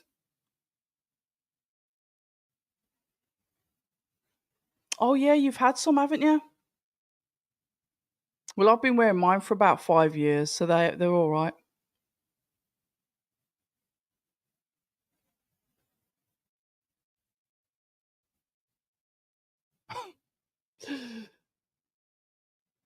Right, we've got some predictions coming up in the chat.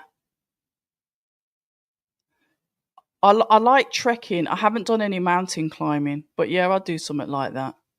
As long as you don't like you know, turn into like a psychopath and then I end up dead.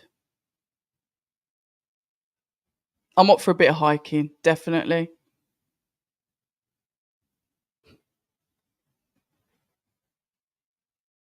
And still, you're saying and still. Come on, Red, this is going to be epic. Question marks, what's going in? You need to make the podcast. I know. Yeah, I'll sort it. I'll sort it. We'll sort it. Stephanie. Oh, hello, Stephanie. I forgot that you were there. Nice one. Cheers. I've got a couple local to me. It's just me faffing about again. Spending all this time on the road, trying to keep my marbles in my brain. Boxing's actually therapy. One day I'll tell you about it. 29, 17 fights, 117, and 16 of those have come from KOs. Those stats are insane. Oh, look, we've got Shark Wolf in there. Dillian White, what a funny geezer he is. I don't care what anybody says about him. I think he's cool.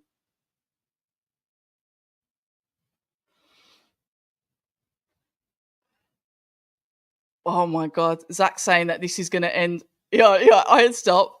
Mine's changed. Fabio points. I love this. This is going to end early. Oh, stop it, no filter. Come on. What is the obsession with boxing fans and arseholes? So, like, weird. Have you not got some fetishes that we don't know about? Weird.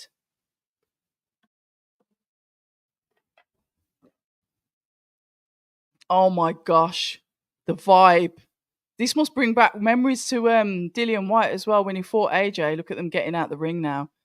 The arena looks full. Barely an empty seat in sight. Keep the punches off the shorts.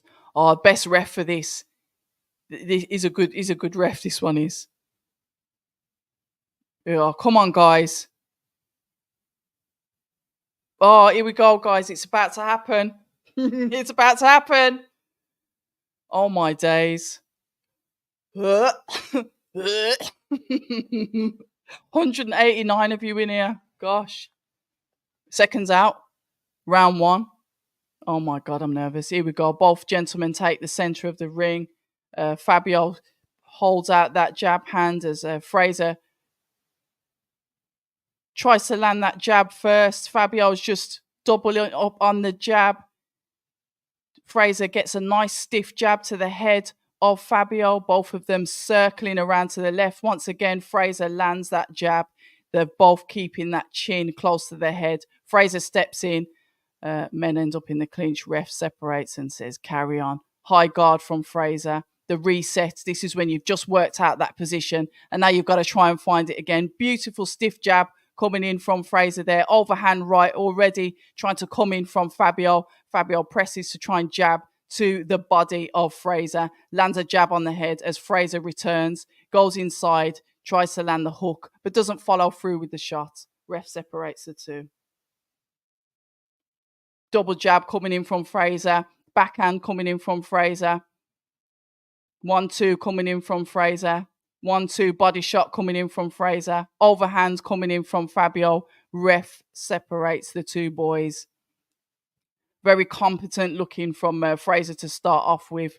But I know for a fact I've spoken to Fabio. He will be downloading. He will do certain things to see your reaction so we will know how to counter that. So let's not get too comfortable just yet. Already a minute and a half into round number one. Fraser stands as the taller, the heavier fighter. Is he going to come out the winner? Is this fight going to go the distance as he throws out the double jab with Fabio dipping the second but getting caught as Fraser throws another one? He's got a nice jab, Fraser has, to be fair. Oh, not this pixelated view again. Both males still routinely circulating to the left as Fabio tries to throw that overhand right.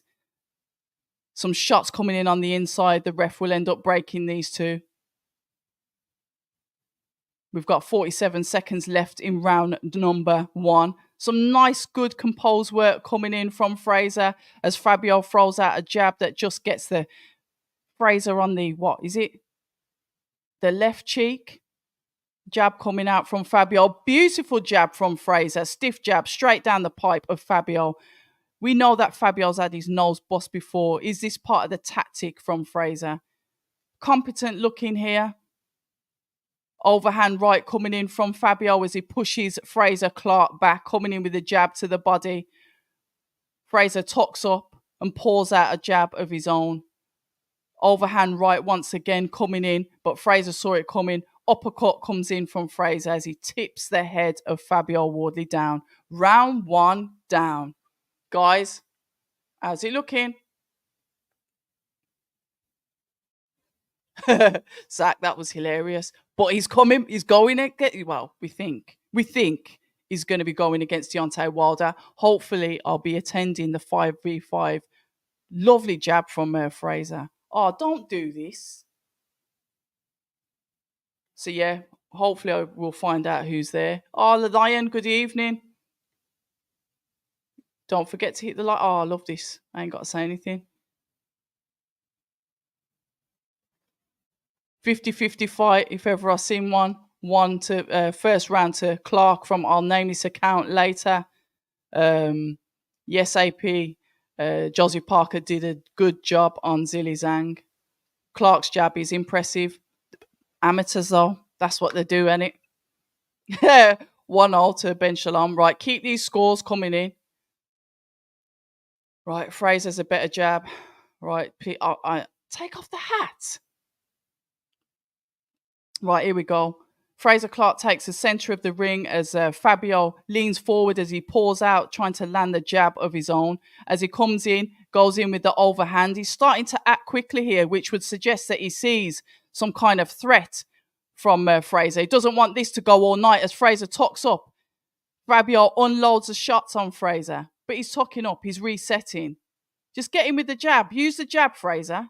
Be confident. You know that you've got that jab. I'd say that Fabio's happily downloaded the information that he needs from Fraser, and now he's going to start to throw out these shots to see what comes back. One thing that people underestimate Fabio for, and I've spoke to him about this, is that he's able to read fighters, and he can take that literally round by round. But the fact that there's some urgency with Fabio would suggest that, I don't know, maybe he doesn't like it in there yet. But come on, Fraser, use that jab. Come out, you doing all right. Don't switch off now. Backhand coming in from Fraser after would you say that was a feint or the jab poured out? We need to start beautiful uppercut there from Fraser on the inside.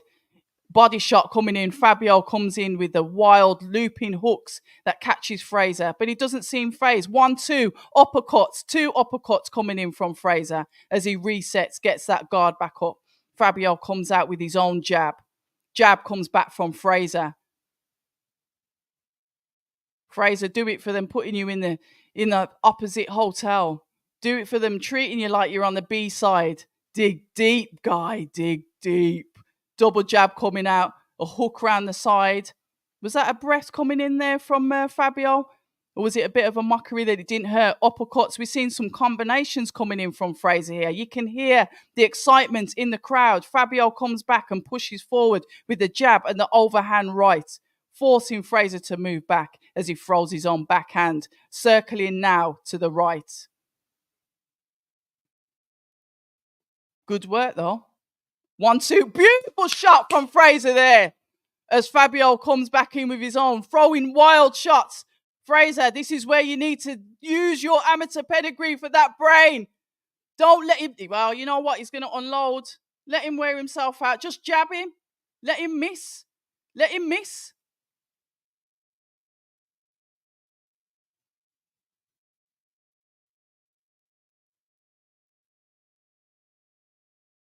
Uppercut. Sweet uppercuts coming in from Fraser as Fabio swings out the last few seconds of round number 2. Guys, what we saying?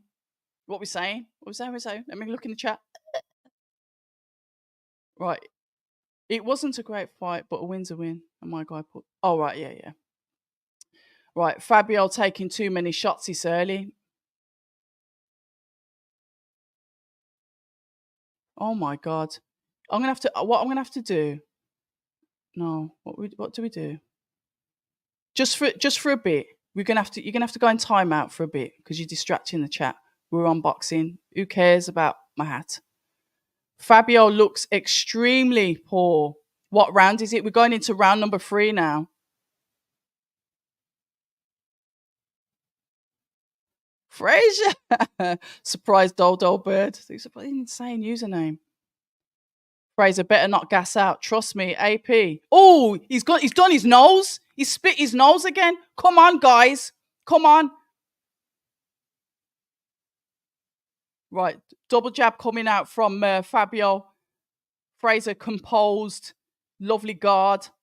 Parrying off the jab that's coming in from Fabio as he throws a hook and tries to get one down the middle. Jab coming back from Fraser. Fraser, go on for the nose. He's going to struggle with that and getting with them uppercuts as well. Seen some good work from Fraser. I've got to keep calm and composed. We are in round number 3 of 12 for this championship fight for the British and Commonwealth titles. If you've just joined us, good evening and welcome. I'm Abs of October Red. Get involved, get in the chat. Let's know what your opinions are. Talk to us how the fight is going so far. And every time we're in a break, I will run and go through that chat and we can compare notes. You know what I'm seeing here? I'm seeing a lot of wild shots coming in from Fabio. And I didn't really have him as a wild shot fighter. But who was saying it's this amateur pedigree that it shows the certain styles of boxing? Because Fraser's looking very, very composed and not so fleshy, even though he's come in at a 19 stone. Right. Fabio's there jumping in with that jab to Fraser. Oh, overhand there. That looked like the leg of Fraser dipped a little bit then as both men are in the clinch. The nose is bleeding from Fabio as Fabio leads in to throw his own jab. Fraser, once again, he's just jabbing his nose off, which I know. 1-2, beautiful shot from Fraser as he comes in with a nice backhand. Good. You know what? Fair play to you. You're doing all right so far. We're in round number 3. Fraser smiles. And one thing I will say about Fraser is he's got heart. You're not going to beat him on heart. He's not a coward. Here we go. Double jab coming in from Wardley. Oh, beautiful once again jab. But as Fabio, this is where you see the heart of Fabio. He's prepared to go to war. Bleeding nose or not, he's been here already. Overhand. He's rooting, forcing Fabio onto the back foot. Fraser onto the back foot. Why they both begin with F? Wardley, Clarke. I've got to do the surnames. I really have. Beautiful backhand coming in from Fraser. Both men end up in the clinch. The ref separates. We've got 26 seconds left and we are in round number 3. The busted nose of Fabio as he comes swinging to take out Fraser Clarke. But we've seen this busted nose before. Don't let that fool you. Fabio will fight through that. The clappers have gone, guys. We're on the last 10 seconds. Here we go. Uppercuts coming in from Fraser and body shots. Good work. Guys, what we're saying? Right, I'll name this account later. It's got 2-0 Clarke. Someone's getting knocked out. Get the egg out. What egg? Fraser Clarke started quickly for a change. Get me words out. Fabio's going to get to him. We know that's what usually happens. Yeah. The uppercut is working right now for Clarke. Ricky, spot on. Yeah, I agree. 1-0 Wardley nicked it. 1-1, you reckon? Great fight, as we suggested. 2-0 Clarke. I'm with you on that, Dan, but you know me in scoring. I'm not the best. This is not going past 6 rounds, you reckon? Oh, great rounds. Crimson Jackal, welcome and good evening. Big Fraser, finally looking decent in his pro career. But let's calm down. Let's calm. I don't want to get gassed and then I get hurt. I can't do that. Right. I'll come back to the chat in a bit. Right, here we go. Round number 4. Damn, this is going quick. Right. Fabio takes the center of the ring as he does. He leans forward into that jab when you can see that Fraser kind of rests on the back foot. Overhand coming in from Fabio.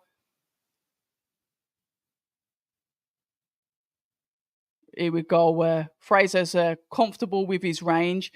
What Fabio will do is start to put that pressure on Fraser, and Fraser's got to obviously just go for the clinch if he's not comfortable, taking those shots from Fabio. Yeah. But what I can say is that out of the two fighters, Fraser's definitely got that composure. And obviously, he's throwing out the stinging shots because that nose, once again, of Fabio has been busted, and Fraser is targeting that. You can see that. Right, the jab comes in from Wardley, backhand coming in from Fraser as he continuously whacks the side of the head of Fabio with those hooks. Fabio dips in to throw the jab out, pulls the jab out as Fraser just peppers him once again, just with the single jab. Could we like to see a double jab and a backhand from Fraser? Beautiful as he catches Fabio walking in there. Let's have a look at the breathing of Fabio because his nose, he might have some damage. There we go. Just as I said it, a double jab in from Fraser. Fabio comes in with the overhand. Uppercut, screw shot there from Fraser.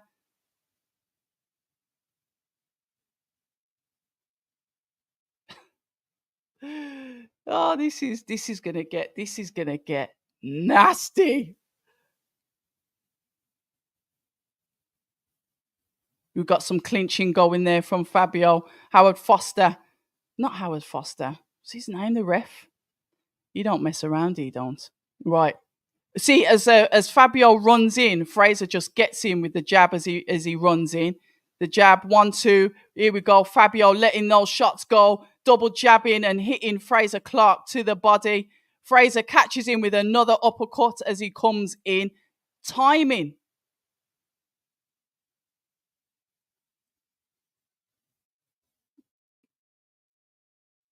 Sorry, I'm just a little bit nervous here. 1-2 from Fraser, uppercut. Fabio's starting to look a little bit tired, guys. Tell me, what are you seeing in the chat? What are you thinking?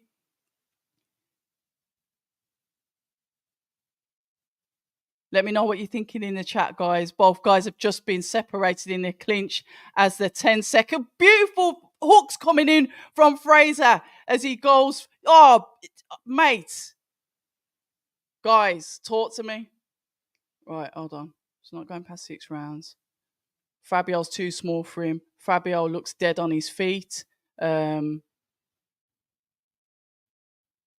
doing good work. Loving this. Same. Oh, who did the back of the head shot? I missed that. Maestro, good fight. Absolutely. Oh, you're in Portugal. I am going to learn how to speak not Portuguese, but Spanish. So, maybe could exchange words. Fabio is hurt. So you can't watch it. Yes, it's a very good fight. Very, very good fight. I'll be surprised if this goes the full 12. Same, Mr. A. I don't think it's going to go the full 12. Fabio's eating these uppercuts. He's eating them, but remember he got cut on that chin. Hold on, here we go. Round 5, guys. Ah, come on. Right, come on. Very, very relaxed and composed from Fraser. He's not rushing his work as Fabio comes in with the 1-2. Jab to the body. Hook around the side as Fraser parries it off. A 1-2 coming in from Fabio. The jab coming in once again. I know what Fraser's trying to do. He's trying to catch him coming in, isn't he? He's going to try and get him with the uppercuts. Come on. You doing, mates? This is how you start losing. Right, we've got 20 seconds, 30 seconds into round number 2. I need to see some work from you, Fraser. Oh, beautiful overhand. 2 overhands coming in from Wardley there onto the head of Clarke. The jab to the body. Is Fraser getting a breather? He doesn't look like he's gassing as he starts to throw out the jab himself. The head goes back of Fabio. I think that's what they're relying on. They're relying on Fraser to gas because obviously championship fight. He's got some good strong. Oh, uppercuts combinations coming in there from Fabio. Nice 3 combinations as Fraser throws a hook to the body. The jab, he jabs out, moves back to avoid the counter coming back in from Fabio. Fabio faints as he comes in. Oh! The ref separates the two. Didn't like the way Fraser's head went back then. We have got, oh, beautiful backhand there. And the nose is bleeding once again of Fabio. Right, nice jab coming in there from Fabio. Don't dip down. You don't need to dip down, Fraser. You're the taller fighter. Don't do that. You're putting yourself in range. I hate to see when taller fighters do that. Use your advantages. 1-2, body shot. Beautiful body shot. Beautiful body shot came in there.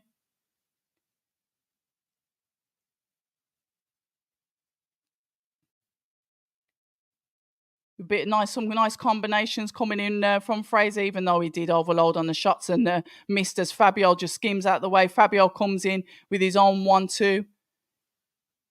Throws out that jab. Jab catches the head of Fraser. 1-2. Comes back in. 1-2-3. Fabio there goes in for the attack as he throws a barrage of shots. This is what he's going to do. Clinch him. This is what he's going to do. You know what he's going to do. Clinch him. Squeeze him. Oh, my God. Fabio's coming in for the kill. Fraser's down. Get up. Fraser is down. Get up. Here we go. Look how it's changing. Oh, my God. I can't wait to see this chat. Oh, saved by the bell. The barrage of shots. He's got to get him in that clinch. Oh, my God. Hold on. Let me catch up with this chat.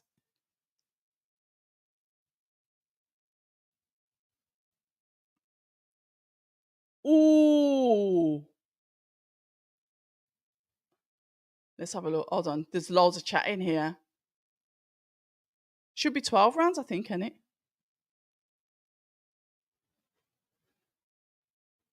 Takes punches and then, oh, yep, he does. He definitely does. Yep, down. Oh, and this is what he does. You have to clinch him. Lucky. Come on, praise people. The fight starts now. Yep. This is exactly what Fabio does. That's why it says you cannot get gassed.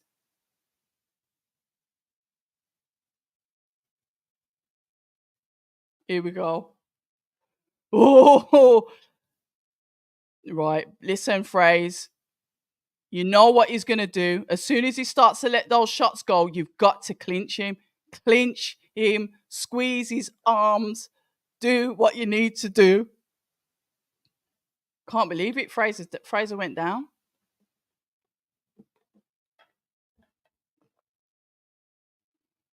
That's it. That's it. Come on, Fraser. Those barrage of shots that come through from Fabio is relentless. Here we go. He's going to try and do the same thing again. That's it. Clinch him. Clinch him. Clinch him.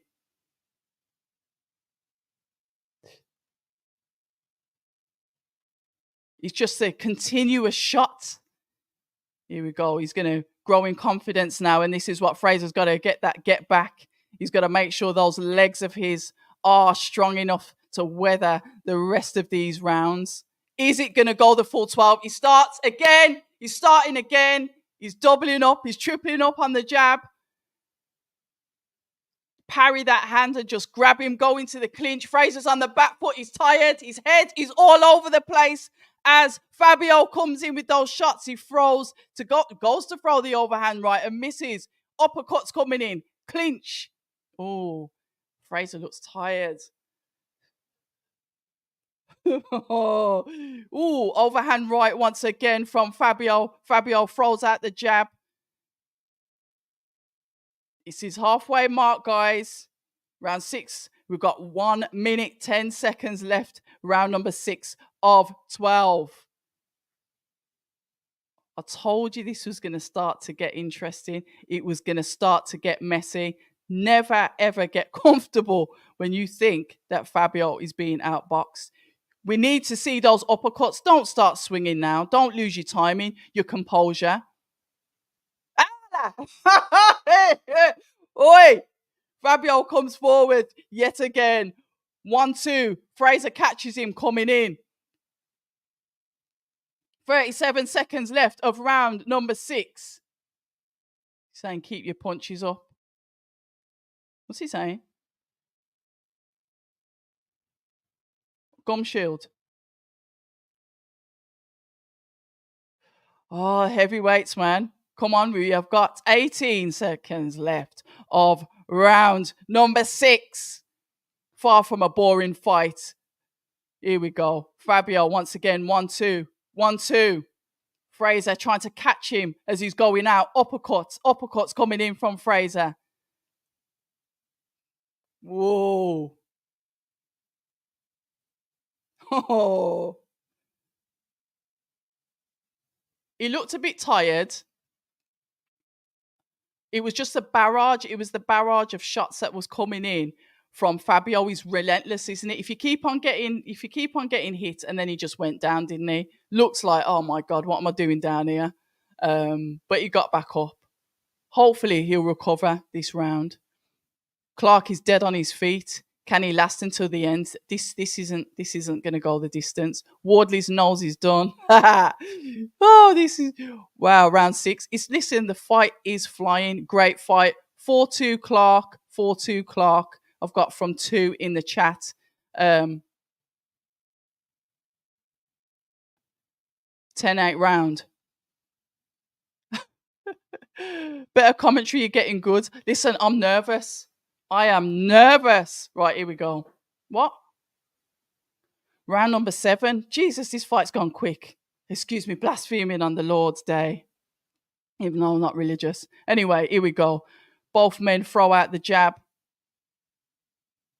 Fraser looks like he's breathing through the mouth. He knows what Wardley's going to do. He's going to come at him relentlessly. 1-2. I'd say that the viewers' verdict have got it even on the cards. They've got it even. Listen, you just got to win by any means necessary. Fabio is not afraid to get hit.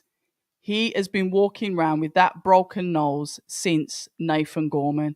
He's not scared to get hit. And once you know that, you're good to go. Fraser needs to keep composed. Just use that jab. Go back to the jab that he was doing. Relax his shoulder. There we go. 1-2. And get him with those uppercuts. He was getting some really good uppercuts. Hit him to the body. Slow him down. There we go. Body shots going in and while both men are in the clinch. Oh God, I have a nervous breakdown here. 1-2 coming in from Fraser as he tries to come in with his own barrage of shots. Body shot. Behave. Oh, come. Was that low? Well, they both will. They both get time out to recover. Here we go. He's going to fucking... Oh, excuse me. He's took a point off. Oh. The third time. Okay, here we go. Both men back into the centre of the ring. Fabio comes in with his 1-2. Hitting Fraser to the body himself. No, I don't want any new clothes. Fashion Over. Get off my screen. Ref separates these guys once again. 1-2-3 coming in from Fraser. And here we go, Fraser. Oh, he's pushing. Fabio starting to push Fraser back now once again. Fraser not giving up, though. He's answering. He's coming back with his own 2. As Fabio once again jabs the head of Fraser and comes in with the overhand right, forcing Fraser to go back on the back foot. But Fraser catches him with the uppercut. And they do a bit of a slow dance in the middle. We've got 30 seconds left of round number 7 of 12. Impressive. Not a boring fight. We've had some blood. We've had a knockdown. This is far from over. Even a point deducted as Fabio can barely breathe out of his nose and he comes forward. But Fraser starts to let his hands go, letting those combinations go. The stuff that I've seen him do in the gym on the heavy bag. He's starting to put that work in. Guys, what we saying? What we saying? Right. I have the rounds even at this point. Crimson, that's what the crowd's saying. Clarke did better in 6. I'm okay. Fraser will gas out. The Lions saying, come on, Wardley, time to take over. No. 3 apiece. So no filter's got it as 3 apiece as well. He's got it evens. Oh. Even with the knockdown, guys, it was a low blow. Fair enough. That might be my biased eyeballs. Yes, Blue Blood and I have been live a couple of times. I've been on his channel twice. He's been on mine once. I like talking to him. I like learning, from a different point of view. I like to speak to people that I'm going to learn from. Do you know what I mean? Seconds out, round number 8. It is round number 8, isn't it? Yeah, round number 8. What now? What is his tassels getting caught in his gloves? Right, here we go. Let's start. 15 seconds already down and not one of them's thrown a punch yet in round number 8 of 12. This British and Commonwealth title fight has been very impressive so far. We've seen the relentlessness of Fabio Wardley, and we've seen Fraser show some heart, show that he's not ready to give up. Even though the barrage of shots comes in from Fabio, we got to see some. He's moved out the way for when Fabio is swinging. Once again, he's got Fraser on the ropes. There we go. Fraser just holds him, the clinch. Do what you got to do, Fraser. Nice uppercut coming in from Fraser. Both men once again in the clinch. I want to see Fraser start to pop that jab out like what he was doing in the beginning. His jab's got a bit poorish, a bit sluggish. But nobody can't say that Clarke wasn't ready for this. He was definitely ready for this. It's been a good fight so far. Even if it ends now, it's been a good fight. And like we've heard 2 of our British key promoters say, it's not about you losing. It's about how you lose. And poor, because Clarke had him on the ropes then, and he could have took advantage of that, and he didn't. Put my teeth back in. The jab comes out from Fabio to the chest of Fraser, as Fraser gives a lovely backhand to Wardley himself. Wardley tries to throw out the jab, throws the 1-2. They're both throwing shots in the mirror image of each other. Fraser has got to get confidence from the bloody nose of Fabio that he can do this. Body shots coming in from Wardley. Headshots coming in from Wardley. The barrage. Fraser is on the back foot, tucked up, taking the shots as Fabio comes forward. And it's clinch time.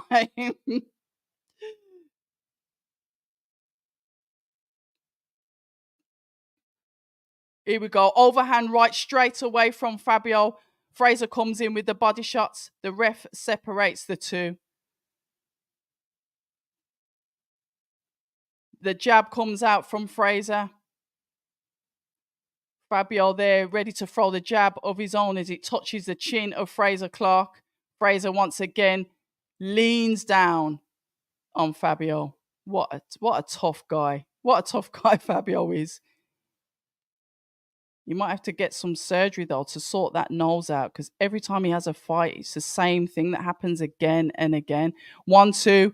He's showing that he's prepared to stand his ground. Yeah, hold on. Yeah, the point was, it was rapid as well, but you know what it was? It's arrears from the David Allen fight, and unfortunately, Wardley round, due to that point deducted, very harsh, as that was the only low blow I've seen, even though he said that he's been warned twice before, according to the comps, but I didn't see it. Wardley looks gassed. It's probably because he can't breathe out of his nose. 66, 65, Wardley. Well, Clarke. Good uppercuts from Clarke. Yep. Ain't even doing that. Fraser gassing out. We've got people cheering. Fabio Wardley. Clarke has no spite. Fabio winning the last 3. So me, it's 4-3 Clarke. Oh, Round number 9. Oh my God.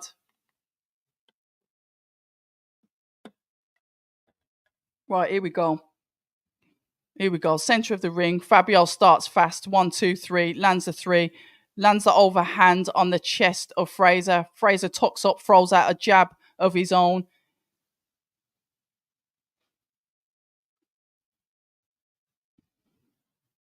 Boys in the clinch. Ref separates them. Get back together.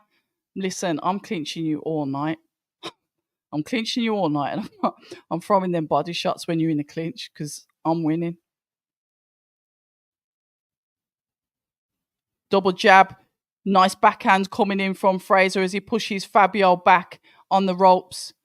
Jab once again coming in from Fraser. Oh, and he just doesn't seem to follow through. He leans on Fabio.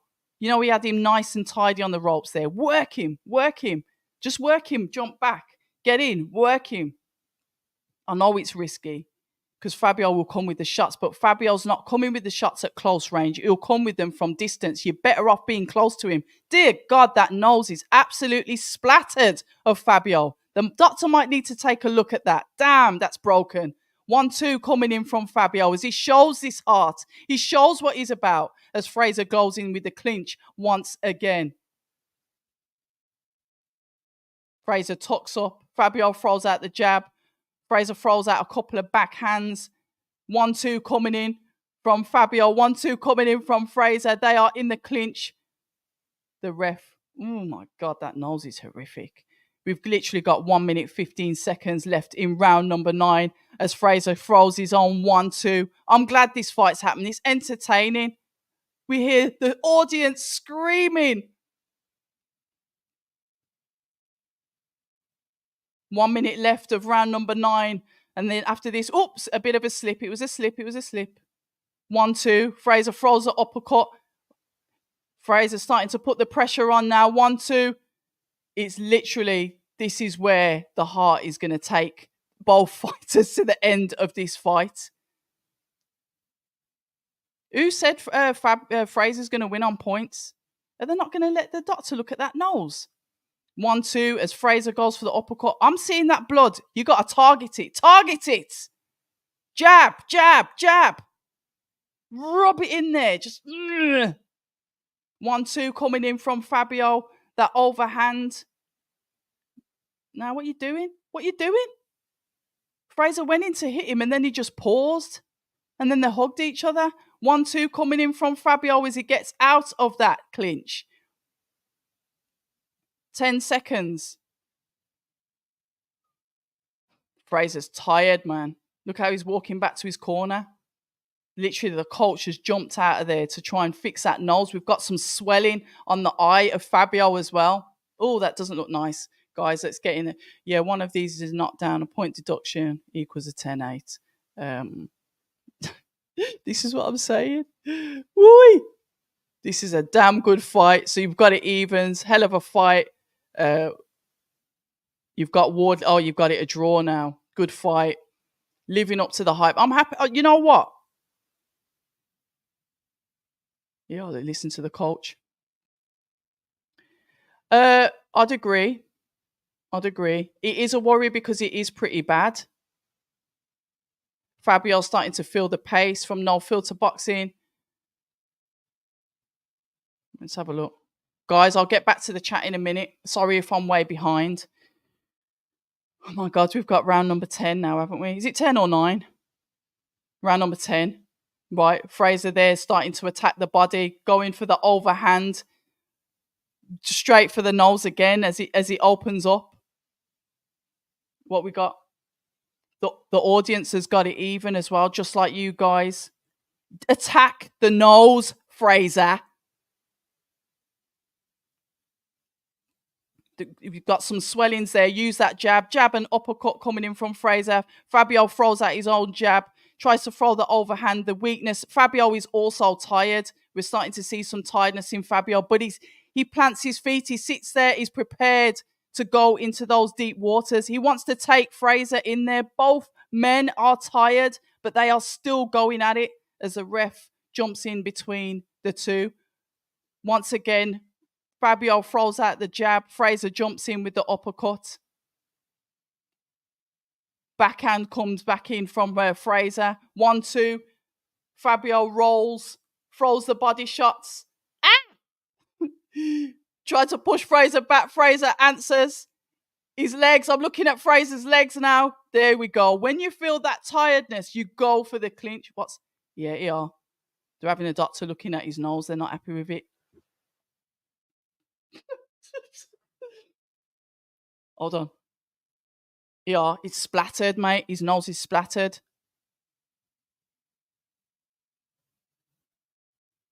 They'll let him stay in because of obviously money at stake, the fight itself.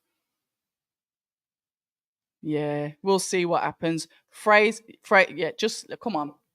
Right, unbiased commentary. Here we go. Oh, big, beautiful hand there from Wardley. Look at Fraser's legs. Fraser's legs are starting to look unsteady as Fabio comes in with the 1-2, the barrage of shots. Just grab him with the clinch. Just clinch him. Don't stand there and take the shots. You need to clinch him.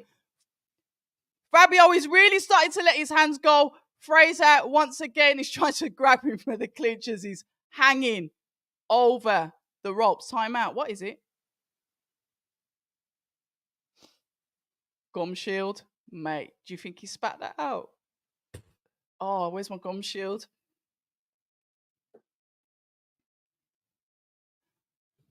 Wow. Whatever, by any means necessary, right? Both men back into the center of the ring. A 1-2 trying to come in from Fraser. The jab to that nose. Both men are tired. Fabio is backed up on the ropes, but we know he does this. An uppercut comes in from Fraser. Both men holding onto each other. We've got 40 seconds left of round number 10 of 12. You hear there's somebody screeching in that audience. Is it the partner of Fabio? Look at him as he's tired. The oxygen is not going to be getting to him because of that nose as he throws an overhand right and Fraser throws back. Fabio throws to the body. Fraser answers. Fabio comes back with the 1-2. We've got a broken nose and he can barely see out of his eye, but he still goes for it. The blood of Fabio's nose runs down the back of Fraser Clarke as he's on the back foot. The 10-second clappers are going for round number 10. Guys, we're getting a war here. Wow! As Fabio lands the hook on the chin of Fraser. Wow, what a fight. It was you that said, yeah, both are definitely finished. I'm losing my voice. You know what? Whatever happens, whoever wins, we were entertained. We're going to be going into round number 11.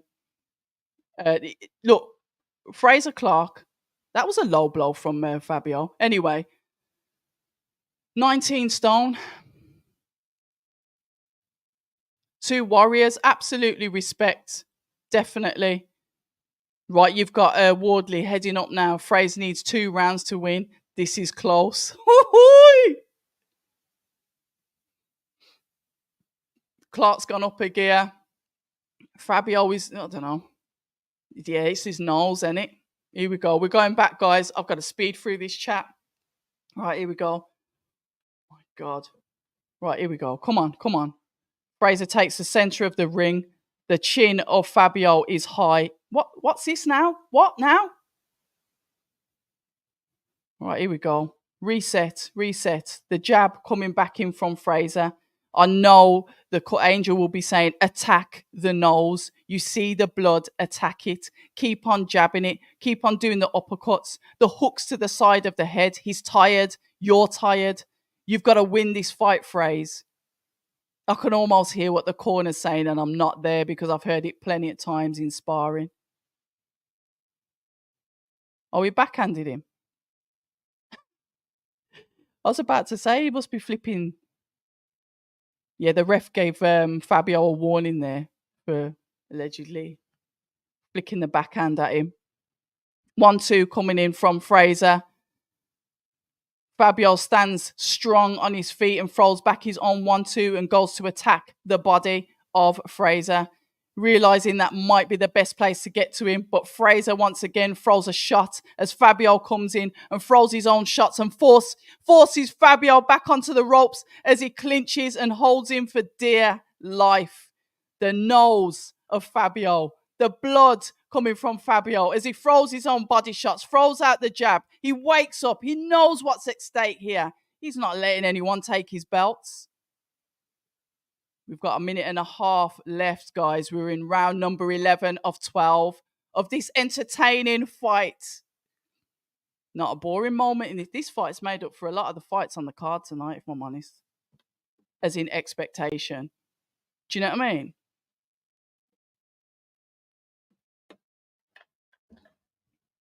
When you look at two boxers going at it, two completely different styles. One style that really has the ability to outbox the other, but the relentlessness, the experience from Fabio really kicks in here. And the fact that his heart is tremendous. What are you doing? He knows that you're hurt. He's going to come for you. Clinch him. Hold him for dear life. You've got to do this. Fraser is blowing out of his ass, but he's still going. Clinch him. Do what you've got to do, Fraser. Do not let him attack you. Look, Fraser once again on the back foot. Hold him. He's going to come in. He's tired himself. Hold him. 25 seconds left of round 11. Tactics. Tactics, guys. Fraser is on the back foot. Both fighters down. Oh my God. 1, 2, 3 combinations coming in from Fabio as Fraser is on the ropes. It's looking techie. If Fabio wasn't tired himself, the potential is that he could have finished Fraser then and there on the ropes. Absolute fantastic work from Fabio, whose face is smashed to pieces.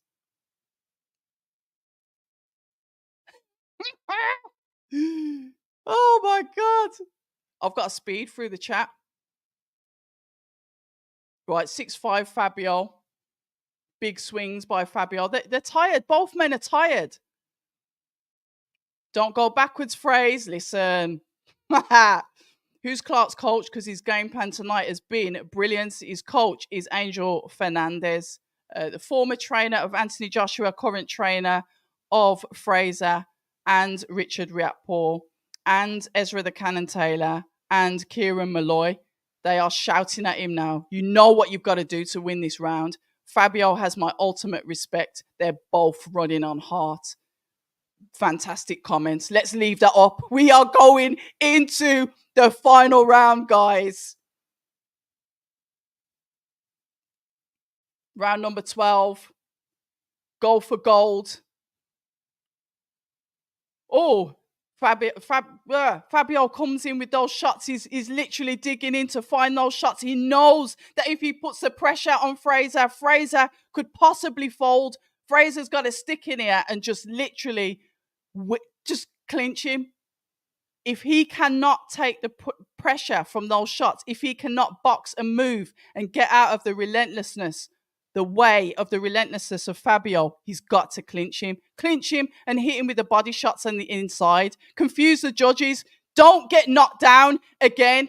Keep off the center of the ring. If you need to tuck up on the ropes, do so. And this is as Fabio comes forward with a barrage of shots, overhand swinging, any means necessary. There is no technique coming from Fabio. He just wants to hit the target as his nose runs with blood. And Fraser catches him coming in with an uppercut. Both men once again in the clinch. Oh my God, 1 minute 46. This is torture. Body shot coming in from Fraser as he leans forward on Fabio. Oh, Fabio takes a deep breath. What a fight. A 1-2. Uppercut coming in from Fraser. 1-2 as he swings wildly and misses himself. Fabio tired. Fraser tired. Who is going to make it through? Who's going to be the winner? Are we going to see a stoppage before the bell goes? Who knows? Mate, what a British title fights, man. This is what we want to see. 1-2. Uppercut once again coming in from Fraser. We've got 1 minute left. Oh my Lord in heaven. 1-2 from both fighters.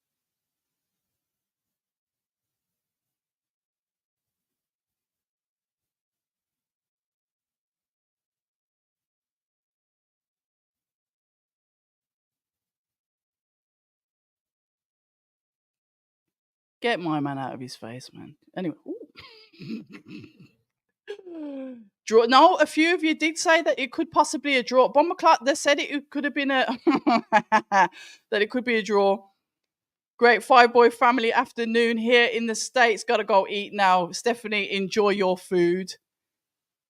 Controversial.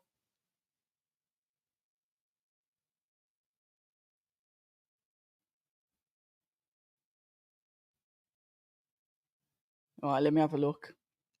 Yeah, run it back. They will run it back. Either way, no one could argue. The low blow hurt phrase. And the knockdown. Rematch. Mark E saying that it's a fair result. I'm surprised it's a draw, but let's run it back. Not the worst decision. Go over to X. X will tell you. X will be like, it's a robbery. Go over to X and see what they're saying on there. You guys have watched the fight and we've been in here. My commentary, I would say, hasn't been biased. Clarke is a house fighter. Fabio is a free agent. So, yeah, I can see why they gave it a draw. Boxing politics. Flash, who did you have winning then? At least Ben Shalom gets paid again. Close fight, harsh on Fab. Rerun it. The ref did this.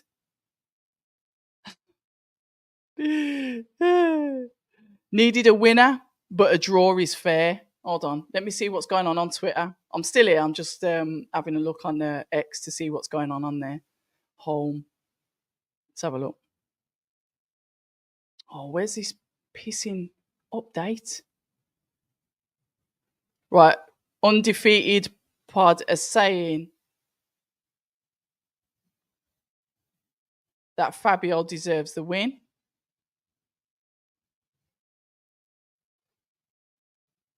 Split decision draw. Proper fight this. Worst cut of the night. Bit worried for Fraser Clarke. Cracking fight. Cracking heavyweight fight. Blah, blah, blah. That wasn't a draw for me, but at least Wardley keeps his title. Had Wardley winning.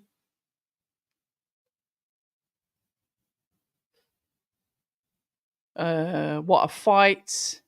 Who could argue? Oh, no, it's something else. Yeah, I'm trying to... Guys, let me know what's happening on X. The rematch will be on pay-per-view. Shalom wants the dough.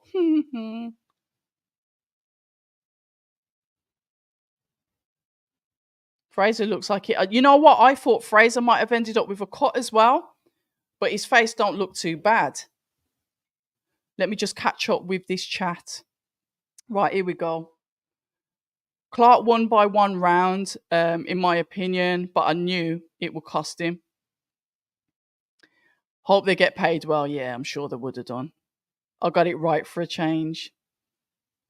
They both have the will of the warrior. They do. Could agree on it being a draw, even with the knockdown, but the point deduction, politics, money, suppose they'll bigger payday and a rematch for them both. Right, let's have a look. Add Fabio, knockdown, points decision, plus Clarke, plus hurt Clarke the most. Okay. Getting suggestions of things that we don't want to suggest on here. If Clarke didn't get knocked down, it would have been his. I didn't watch it properly, got carried away. It was a good fight, AP. You can't take away a point in a big fight. Ref need to let the fighters settle it. Yeah, I don't even think that... I didn't agree with the point thing, to be honest. Problem is Fabio ships a lot of... Problem is Fabio...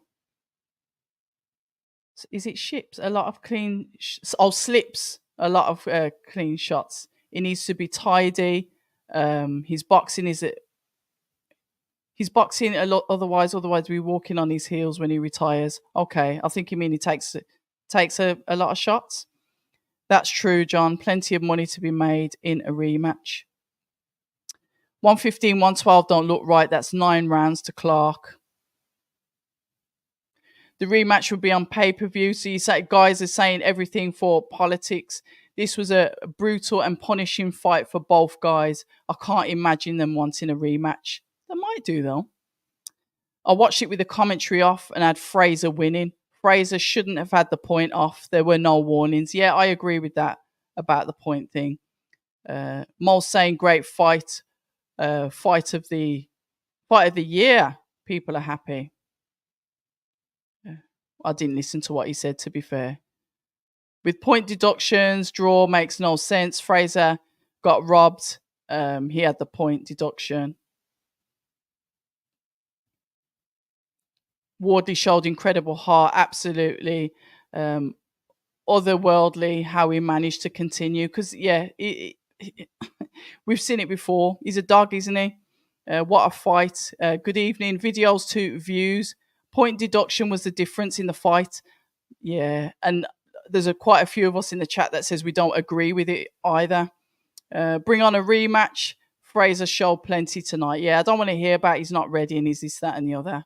And we're talking about Dillian in Argos. Rematch in Saudi. Why not? Get him even more money.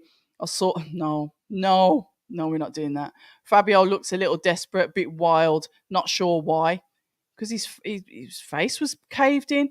Fraser should have went all guns blazing in the 12th. He never had anything. Did you see what happened to him in the end? He literally walked in his corner, sat on the ropes, fell down onto the floor, and then had to pick him up and put him back on the chair. He definitely needs to buy a new nose, and I'm sure that's what he will do. Yeah, I can't imagine that they're going to come out and speak to the team because obviously they'll be getting ready to have possible post-fight press conference and obviously speak to the media that is there so we can get their opinions. Yes, hit the like button if you could. I know you doubted my guy. Told you. I've been in the gym. I've seen what he's been doing and I know that he was determined. I'm glad that he showed us something tonight, showed us that he's more than what people think he is. I think the boxing fans definitely won tonight. I think we were the winners tonight. They got a draw, but we were the true winners. Listen, you guys, as per usual, you know what time it is. I can't even believe it's 5 to 11. I thought I'd be in bed by 9:30, but I'm here again with you. It's been a fantastic night, fantastic chat. Good debates, good banter, as per usual. I can't do this without you. We'll be going live tomorrow afternoon to discuss this and other fights and other things in boxing. We've got Base the Kid, Maestro from the US. We've got Karma Serene from the US. And we've got myself. So it's a 4-panel. Danny is on his lovely honeymoon. So he's spending family time. So it's going to be the 4 of us. And we've brought in Karma Serene, another US correspondent. So if you want to be there when we're discussing this fight and discussing other things in boxing, I think it's 3 p.m. tomorrow, UK time, join in. But for now, I'm going to say good night to you lot. You've been amazing. And you know what we say. The usual stuff. Stay ready.